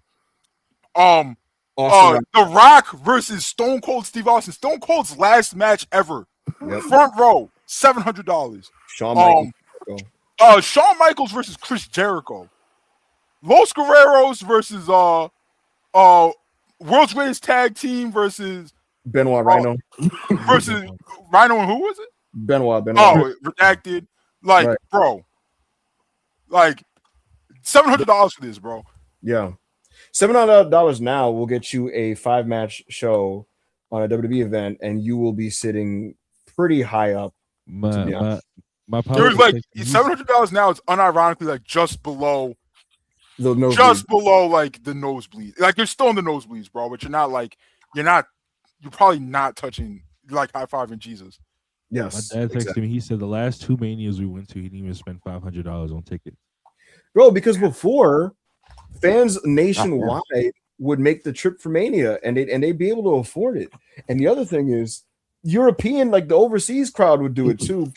Everybody's priced out of doing it now, and there's not the enthusiasm. And now they're slashing prices. But like, bro, who's gonna plan a trip with hotels and or Airbnbs a month out? Most people, a month out, bro. Like, bro, you like, all right, bro, great. WWE's finally slashed the prices a month out after trying to charge an arm and a leg, bro. Do you think you think the hotels on the strip are gonna slash prices? No, and again, it's like people plan. You think the flights are not gonna be crazy? Especially with what Trump's doing to the TSA and everything, like exactly that's happening at the same time. Travel is becoming more difficult. And the other thing is like Vegas is not a great market for wrestling in general. And they double dipped it too. They double dipped it like on so many levels. They're feeding you Cody slop again. It was an anti-fan move to slop. It was an anti-fan move to handle it the way that they handled it. And the fans went, okay, cool. And you can't reverse that now. So that's what I mean about the magic of Mania, son. Like 2010's WWE was not a good product, but like you'd see the European fans come in and you'd see the European fans come in and all these fans from nationwide, and they'd get 50, 60,000 people in the stadium. Do you notice the other thing, AO? There's too many stadium shows now. And it used to feel special whether you were a WWE fan, an indie fan, a New Japan fan. It was cool to see the one time a year during a certain period where hello? Why am I getting? Oh, I hear you too. Why do I? Oh, that's Wait, hold on. Hello. Testing. Hello. Okay, we're good. Oh no, we're good now. Hello. Testing. No, Hello. not Okay, we're good. No, we're good. What the fuck is this? Hello. It's Crystal. I just said it was Crystal. It's Crystal. I just said it was Crystal. Yo. I'm gonna say this real quick, and it's not an AEW versus WWE thing, 'cause I don't like it for all in either, bro. I don't like stadium shows, gang. Like I don't like them. They're paced terribly. They're not paced good, right? I don't like natural lighting to watch wrestling. I don't. The vibes are weird as fuck. Yeah, bro. Like it's like the vibes is weird, gang. I never liked them. Never liked them since I was a kid. And traveled over, like, yeah, it is cool to see like the pomp and circumstance of a huge stadium show and shit, bro. But like at the end of the day, like I'd rather just watch people go crazy in an arena, bro. Because you know the acoustics are weird too. So like they have to wrestle a certain way just to get heat. Yeah. And then even then, like it travels weird. And modern wrestling's approach to stadium wrestling is okay. Let's do a lot of big faces and cutscenes so that it translates to the cheap seats. Like that's how they kind of instruct people to work stadium matches now, and it's just I don't like it. And I don't need to see stadium shows for SummerSlam and Survivor Series and such and such. What's going on, Chris? Now, I'm hearing the theme again. I'm crying. No, look, obviously WWE doesn't give a fuck. In my opinion, is if they can do a big gate and get $40K for SummerSlam, $40K for Survivor Series, they're going to continue to do it. But I'm just explaining why, as a fan, it continues that type of a disconnect and that kind of cold corporate feeling that I experience when I watch the product. Yeah, bro. Like I'm not gonna like, bro. Like I could feel bad about a ton of things, but I'm not gonna. If they had the demand to sell 40K tickets for War Games, Survivor Series, hey, bro, like they have to do what's best for their company or whatever. Like to a certain point, right? Not fucking charge $1 million for the cheap seats, but. Like, if you could sell 40K tickets, put 40K tickets on sale, bro. Yeah, I'm just saying, as a fan, watching from home and everything, I'd rather watch arena shows. And that's for any company except for New Japan, because the Dome is basically just a huge fucking arena. It's different. There's no like natural lighting and everything. So. 7,500 people in Atlanta for Evolution last year sounded better than pretty much every WWE stadium show last year. Legitimately had better heat than any stadium WWE show last year. So I don't know. What do I know? I think we should just leave stadiums to manias. I agree. I agree. Adam Vaught, member for 3 months. Love y'all. Appreciate you, bro. Adam. Thank you, Adam. Thank you. Yes, I am sir. Johnny Burney, $5 super chat. Thoughts on the Wall Street Journal Wrestle Talk report that Nielsen undercut viewer numbers by 15%. Major change to expect to hit wrestling ratings in the next month and the fall. I just heard about this today, like a couple hours ago. So I can't lie. I do not care. I don't really about care. ratings. We have a question. So is this saying that wrestling ratings are basically going to get another rating boost? Yeah, no, a 15% boost minimum. I can't lie, bro. I don't know, because these current ones already feel kind of fake. That next wave is gonna be so. Donna Millie's gonna be back, gang. But like, that's gonna be so bad. We had this conversation before too, right? We had this conversation before too. It's just like, gang. That's why arguing about these numbers, like in any sincerity, like I troll, right? Because I'm a fucking troll. But arguing with these numbers in any sincerity is so dumb. Because at the snap of a finger, Nielsen makes 300 people appear and disappear out of nowhere. That's just like, obviously, and like, obviously AEW is doing better business right now, right? Like it's objective, right? Like you look at the tickets sold, look at the pay-per-view buys, like they're doing better business. But bro, they're not doing 200K, 250K, 300K on watching Dynamite better business, right? That's not even including what's it called? People that are watching on Max.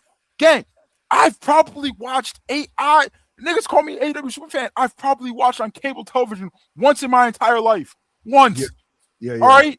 And I'm not that's not a unique experience for me. How many people under 50 do you think are like turning on the fucking turn on cable to watch TV? I think the biggest example of this is I'm supposed to believe that TNA right now are doing like twice the rating that they did for their first week on AMC, and it's like.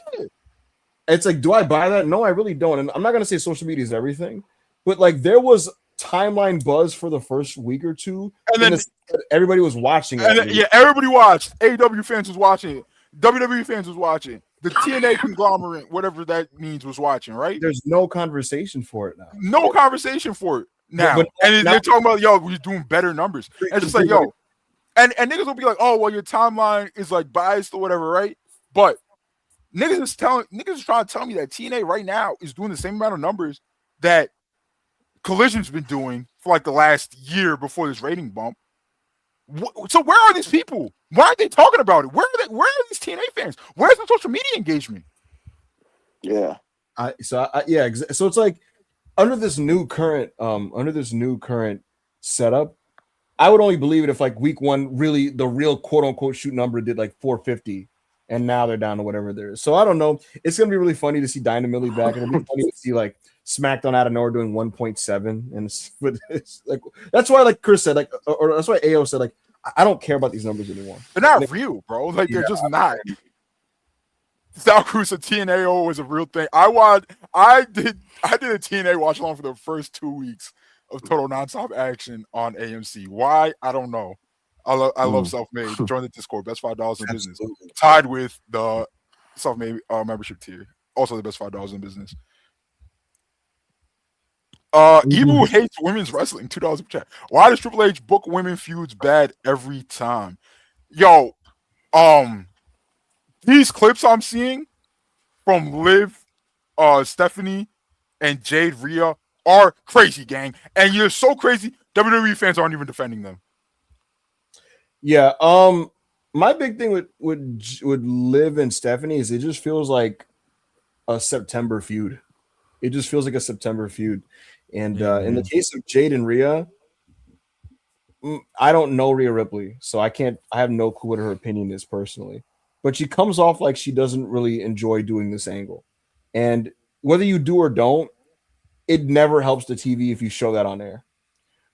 So I don't know what's the deal there. And the material that both women are being given is really weak. Like they're not being given good shit to say to each other. So neither program is particularly strong in any way, shape, or form. Yeah, Jade is like saying a bunch of stuff and then she's just like no selling it. She's just like, yeah, but I'm gonna beat you at Mania. As an outsider, right? As an outsider who's just like watching this shit through like clips and like timeline reactions or whatever, for whatever that means, right? Probably nothing, and it shouldn't mean anything.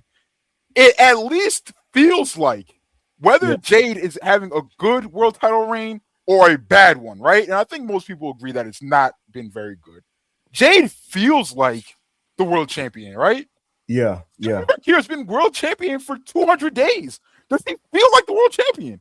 It's crazy because Nah. I like Stephanie a lot, and for some fucking She's a reason, very talented wrestler. hey, I don't know why this happens sometimes in wrestling. She's the champion, right? On that brand, you have Lyra, Io, Rhea was on that show. Becky Lynch, whether you like her or not, that's a name that she could beat. And for some reason, they said, we're going to have you in an extensive multi-month program with Raquel Rodriguez and Nikki Bella. Why? You literally went like, what? Ay Dios mío, bro. I can't. I don't know. I don't know. All right, we gotta get on our horse. We have Yeah. been yapping, so let's bust out. Pause these last few chats. We appreciate you. Ibu hates women's wrestling. Crystal, Angelica, 1987. How much money? $10 Canadian. $2 super chat. $2 Canadian super chat. I love Randy's heel turn, but he's super over with the kids. I went to the SmackDown in Montreal. A lot kids wearing RKO shirts. That's why his new merch are also colorways. Also, Randy cooked Cardona, man. Yes, he did. That first segment was like, yo, you're a nerd. I was like, I think I was like, yo, it's gonna be hard for these kids to boo these fucking legacy acts, bro. Yeah. I'm Johnny Burns, y'all. Super chat. Ibu, you thought Raw 04 was good. Thoughts on Kane Lita? Kane and Lita was a really it was a really bad program, but that show also had really good evolution tags where Ric Flair and Batista would face Shawn Michaels and Chris Benoit. So I don't know. Also, Shelton Benjamin got a singles push on that show, and that was awesome. What happened? What happened with it? What happened with it? What happened? Triple H happened. Triple H killed it. He's a piece of shit. And then I got motion went to SmackDown. And what happened? Months. Hashtag starving FC. We appreciate you, gang. See you Wednesday for Hanging with Holbert. See you Friday for Sandbox. See you next week for Backup Hangman Radio. Next week for probably Burt and Bread. Next week for definitely Sandbox. We got a lot more content coming. The homie Berkey, $5 super chat. Laker fans and New Japan Pro Wrestling go through that honeymoon in March. Hashtag belly. Yeah, man. Yo, you know what? Thing, man. I can't wait to see how you niggas talk when the G1's actually like just a really awesome tournament this year. It usually is. And then what happens in the semifinal and the finals most of the time? In the last 5-6 odds are just. The last 5-6 years, bro. I mean, we had Ospreay Naito in the semis. We had who do Okada face? Who do Okada face in his last G1? I don't remember. In the semis. No, we had Naito Okada, bro. Naito used his last bit of tranquilo for all in those last 2 matches, bro. And those were godly all-timer performances from him. Not 100%. 100%. Shutdown Spurs $5. When's the last time Booze Clues talked about AEW with the excitement he fantasy booked Braun Breaker's return? Hashtag lay off the junk food. Hashtag type boo diabetes. Yeah. Listen, man. See, that's why I don't take this New Japan shit serious from Ibu, because it's like he'd be like, New Japan's my home promotion. No, your home promotion is WWE. It is WWE. He's more angry about when bad stuff happens in WWE than New Japan. And that's a fact. That's a fact. Well, to answer you, if it was the case, I would just claim it because what are niggas gonna do? You wouldn't though, because you're a fact. No, you don't. No, you wouldn't, bro. Because you do so much shit for the aura and you pretend like you don't. Can I answer your question? No, you can't. We're going on the next super chat. You're disgusting. Okay. Matthew the original. Super chat. AEW, the 6-sided ring is yours for the taking, by the way. Wrestlers hate the 6-sided ring. They think it's terrible. They think it's Bush League. They think it really hurts to bump on. It really hurts to run the ropes. Wrestlers hate it. I'm Johnny Burney, $5 super chat. 25 years. I do like the 6-sided ring, but I don't think AEW should take that anywhere. I think that was part of TNA's identity / AAA, and I think I don't think it would do AEW any good to adopt to that, even if wrestlers liked it. I'm Johnny Burney, $5 super chat.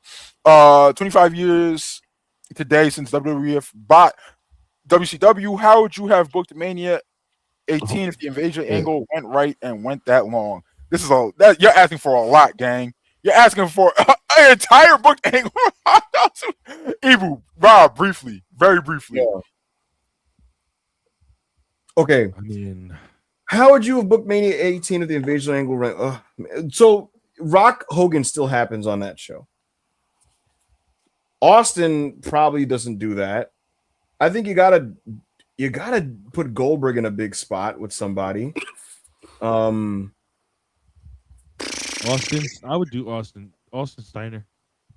Maybe. Nah, it has to be somebody bigger, bro. The question is, I don't know who, because the thing is, a lot of Sting has to be in a big role as well. Ooh, Austin DDP. It's Austin Steve DDP Austin. would go hard. Austin has to be in the ring with like Sting. Like that. I think I'm doing Austin Sting. I think I'm doing Goldberg versus Triple H, and Goldberg spears him out of his boots. Why not do Austin outsider Hogan? That works as well. You could maybe move Rock to somebody else. Ric Flair has to be in a big match as well. Oh yeah, Austin versus Flair. What the fuck am I talking about? You could do Austin Flair in the right situation. That's a big money build. I need Flair, Dwayne. That would be box office as well. That's godly. Austin versus Hogan, Rock versus Rick. That's your two big headliners. Rock versus DDP would be gas. I get Rey Mysterio on that card early in the night against somebody like Tajiri. It'd be a fun show. Kuzu, $20 super chat. Oh, go ahead, Chris. $20. Kuzu, $20 super chat.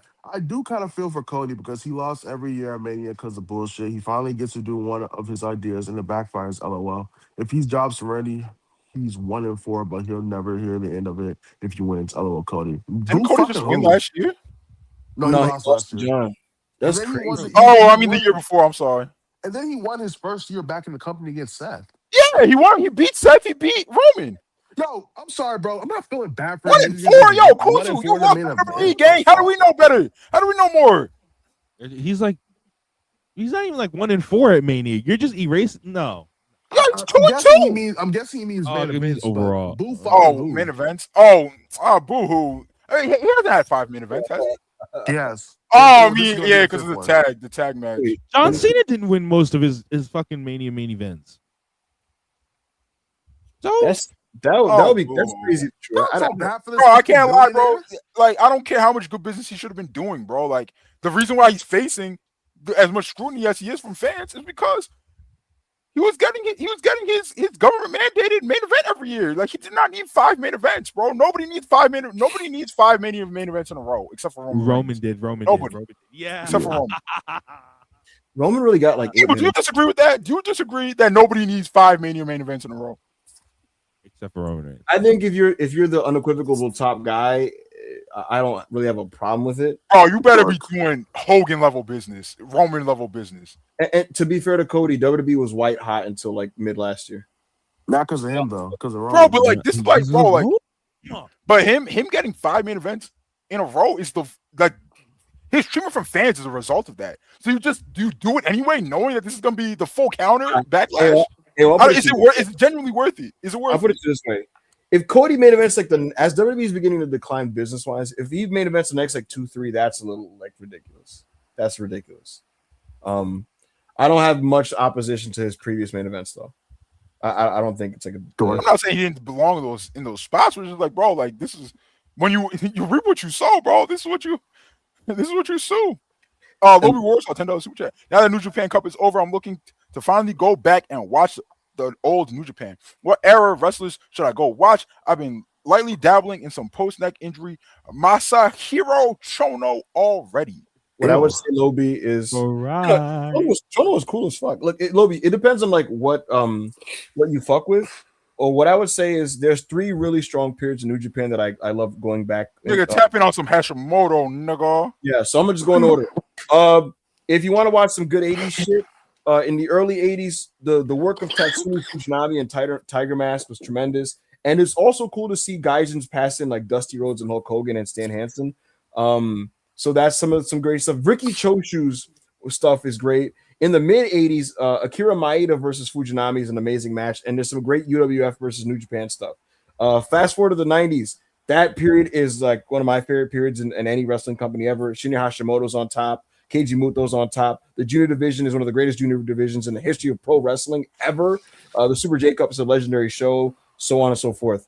And then obviously, without question, if you're not tapped into what New Japan had going on from 2012 to 2020, definitely familiarize yourself, because those G1s are the greatest wrestling tournaments that have ever taken place ever. Those G1s are amazing. Kenny Omega was great. Okada, Naito, Tanahashi, Nakamura, Shibata, the old guys coming back like Kojima and Yuji Nagata beasting. It was a great period. One of the strongest periods I've ever seen a wrestling company have. So there you go. That's your answer. Yeah. Hush Nicks to $5. Hot take, but Taker and Bray both great character work, but at the same time has done irreparable damage to this industry. I'll leave it at that. Yeah, I agree. The problem is just that, like, for every hit gimmick like Dead Man Undertaker or Bray Wyatt, who, whether you like it or not, was a hit gimmick in terms of getting over, there are so many imitations that fell on their ass. Because it's not as simple as just, I am also esoteric. Y'all fuck with it? And niggas are like, not really, no. So Bray Wyatt, I've been watching more old NXT Bray Wyatt too. Like it was really Vince that made him like the supernatural. Bro, he wasn't even doing all that supernatural shit in NXT. When he got called up, wasn't he not supernatural at all? He was literally just a cult leader. He was just a cult leader that had wrestling matches. And then within 2 years of him on the main roster, he became a man with powers. Ayo, you know what's also a problem with these types of gimmicks? Have you noticed? So they're hard to book, and when those characters do lose, Rob, what do esoteric spooky niggas always do when they lose a match? How do they sell it?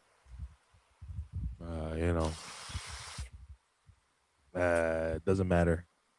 Yes, they always they act like they're Eisen from Bleach and go like, it was all a part of my plan. You pinned me. That is what I wanted. Yeah, no, that is a fact. They don't like. It's just like they don't really sell. They just go to terrorizing the next nigga with their spooky gimmick, or they terrorize the same nigga. Corey David, $5 super chat. For Sandbox, have y'all thought about doing playthroughs like Rob playing Mafia or playing OPS2 games through emulators with Parsec like NBA Live 05? That's a good idea, bro. That's a good idea. Lie, bro. It can't be Mafia. It can't. I'm gonna do playthroughs. That Mafia shit made me like physically angry. I can't. I think what we need to can't do that race. We should do The Walking Dead or some shit like that. Or we should do what's the superhero one? Dispatch. Yeah, we should do some shit like that on Sandbox, because we'd have to stream it in Discord for the other niggas to see, so we all can make decisions, and that would be like delayed. I don't know if it would be delayed. I think no, wouldn't no. Yeah, I mean, I'd love to do like The Walking Dead, fucking Wolf Among Us. So I've never played those. I'm down to do it because I never even watch a streamer play those games, so everything will be like new to me. Like I always meant to like watch like RDC play Walking Dead or something, but I never did it. So Rob out online, $2 super chat. Please don't diss Rob. He's SOAFC. Yo, Rob, I watched up till episode 11, bro, and then when them niggas say, "Yo, we Tinkerbell," I said, "I'm out." That's your shit. You've been exposed. All right, look at this Avi gang. It's Rob. If it makes y'all believe I watch anything other than Naruto, I'll take it. It's so hard for us. Max doesn't, but do other people in the company know his flip-flop face heel dynamic with an entire heel faction isn't working? He's actively bad right now. I don't know about right now, but people have known in the past that like with Blackpool Combat Club, people are just been like, yo, like it's kind of hard to tell a story with these guys because like, so what's going on? What's going on here? Operative rule your girl hard. All right. Will have like everybody thinking like it's perfect, unless it's like something objectively successful. Facts. Oh, Mullah Man. Chat. What are y'all thoughts on Drainmaker? Have any of y'all actually met him? I have not met Drainmaker. I've never met Drainmaker. When I'm at work, I mean, he keeps me up to date along with AO and some of the other accounts with what's going on with the shows. Bro, how we meet him, bro? That nigga is an Indian, bro. Shout out to all my Indian niggas. Drain, you're not one of them. Harley Quatari, member for 3 months. Ted Jr. and Kevin Knight, my Universe Mode tag champs. Hashtag I come from money. Yo, what is this Ted Jr. gimmick? Rob probably has like a Ted Jr. cult going on in Self-Made, bro. Yeah, I don't know what that's all about. The Chaos card, $5 super chat. Super love to Self-Made, always on auto watch when it appears late. But the only person I would have had kick out of the Raging Fire is Swerve. Hashtag poetry. Wait, why would that be poetic? Yeah. Why would that be pulling? Am I missing something? I'm not against niggas ever kicking out of the Raging Fire, by the way. I just don't think Moxley did that rub. And I don't think Takeshi even was given the chance to get it over enough for it to be like a huge deal. Do niggas remember when Bryan Danielson kicked out of the what's it called? Big Pressure? Yeah, That shit was so protected, bro. Niggas knew it was protected. I'm not saying it was a one-wing angel or anything, but did you see it? Did you see how crazy Wembley went? Like, nobody kicked out of that shit. And nobody has ever kicked out of it since. That was a one and done. But Takeshi, that shit was blown on a 5-time world champion, 6-time world champion, all companies, 7-time world champion that ended up winning the match. Why? I don't know. Thank you, Card. Chicken 9825-499 with Cody Roman both being top guys and the audience kind of sensing their tension. Did Rock Austin do the same thing or other top guys love the pod? Yeah. Listen, bro, when the company is hot, the top 2 stars, if they both think they have a claim for being the reason why the business is the way it is, there's always going to be an unspoken tension and rivalry there. And the Rock and Austin had one, and both sides have acknowledged that that's the reason why weren't they really good friends despite being like really competitive though? Well, there was a respect there, and they were cordial, and like now they're totally cool. Yeah. Like at the time, they both acknowledged like now, like yeah, like niggas, shit kind of there was a little bit of a distance for obvious reasons, and it's simply just competitive rivalry, and that's just how shit goes in companies like that. I agree. Right? Like you see how like Kevin Durant and LeBron used to be mad close, and then like when Kevin Durant like was like, "Yo, I don't want to be Braun's young boy. I want to, I want to help meet him." He never came close, but they just stopped being cool. They stopped working out together. They stopped.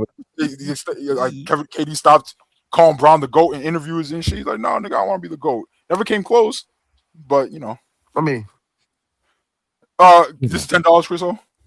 $2 super chat. Okoroku. Salutations, fellas. Y'all mentioned Roman going over at Mania. If he does, what's the plan post Mania?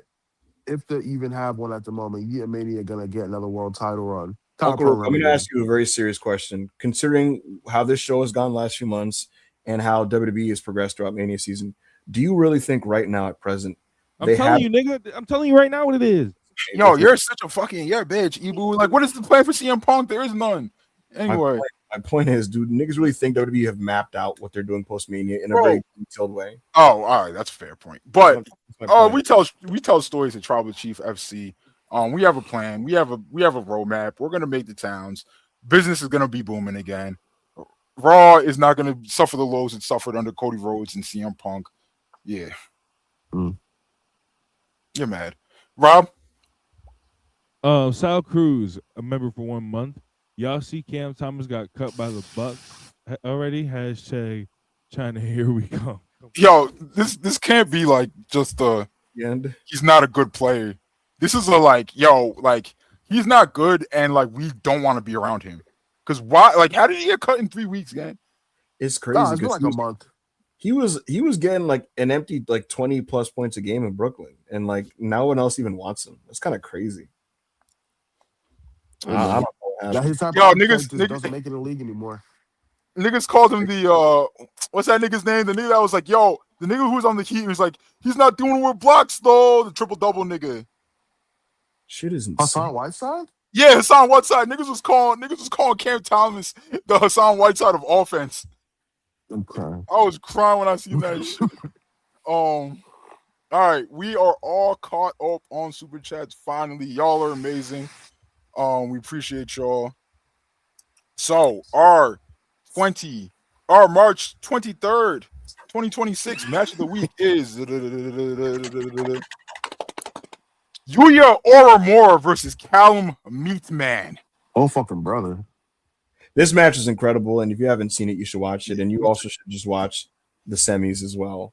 I didn't get to catch Newman and Shota, but I heard great things. And I know Shota versus ZSJ was amazing from the round before that, along with Oiwa and ZSJ. It's been an awesome tournament, like we've said extensively. And if you haven't seen this match, definitely check it out. So many great near falls and an excellent close to a tournament that I thought restored New Japan, like my faith in the promotion. So I thought it was basically indicative of what I've been saying all year. So shout out to Yuya and Callum for their amazing performance on the match. All right, we're gonna call it there. We appreciate y'all 3-hour shift because we love the game and we love the community, and y'all show us mad love. We appreciate y'all like always. Can I quickly admit publicly on there? What's up? He's my guy, and I always fight for him. But I will admit that Roman is better than CM Punk. So, yo, chat, please clip that. Please clip that. Oh, take it easy. Clip that, chat. Clip that. Clip that. I'm just, Anyway, appreciate you, Ibu, for finally ceasing to be a cock loving slut. That is self-made sessions. For the rest of the week, we have Paragon tomorrow, right? Yes. What is it? It's either Paragon or Rise.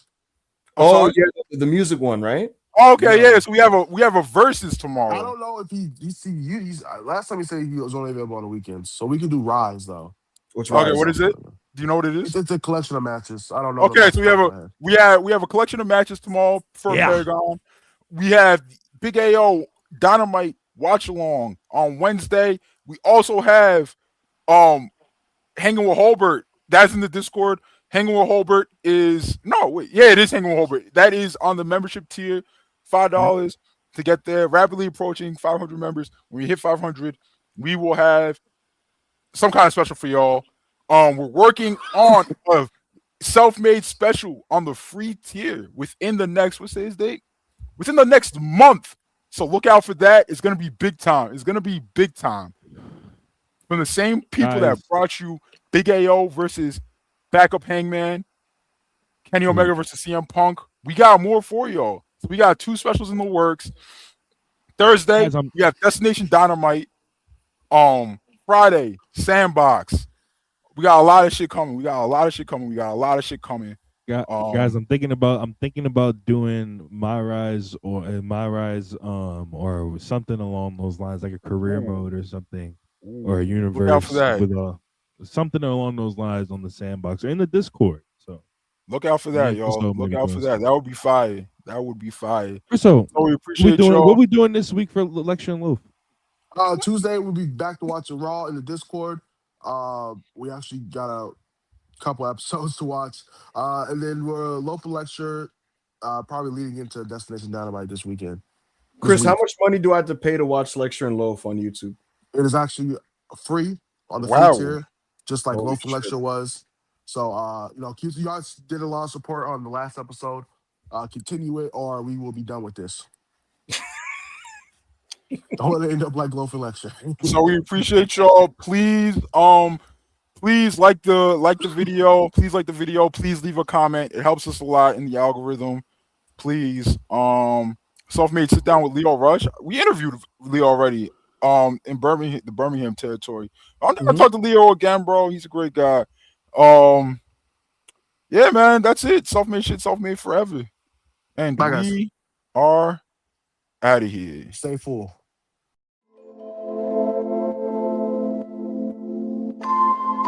Thank you.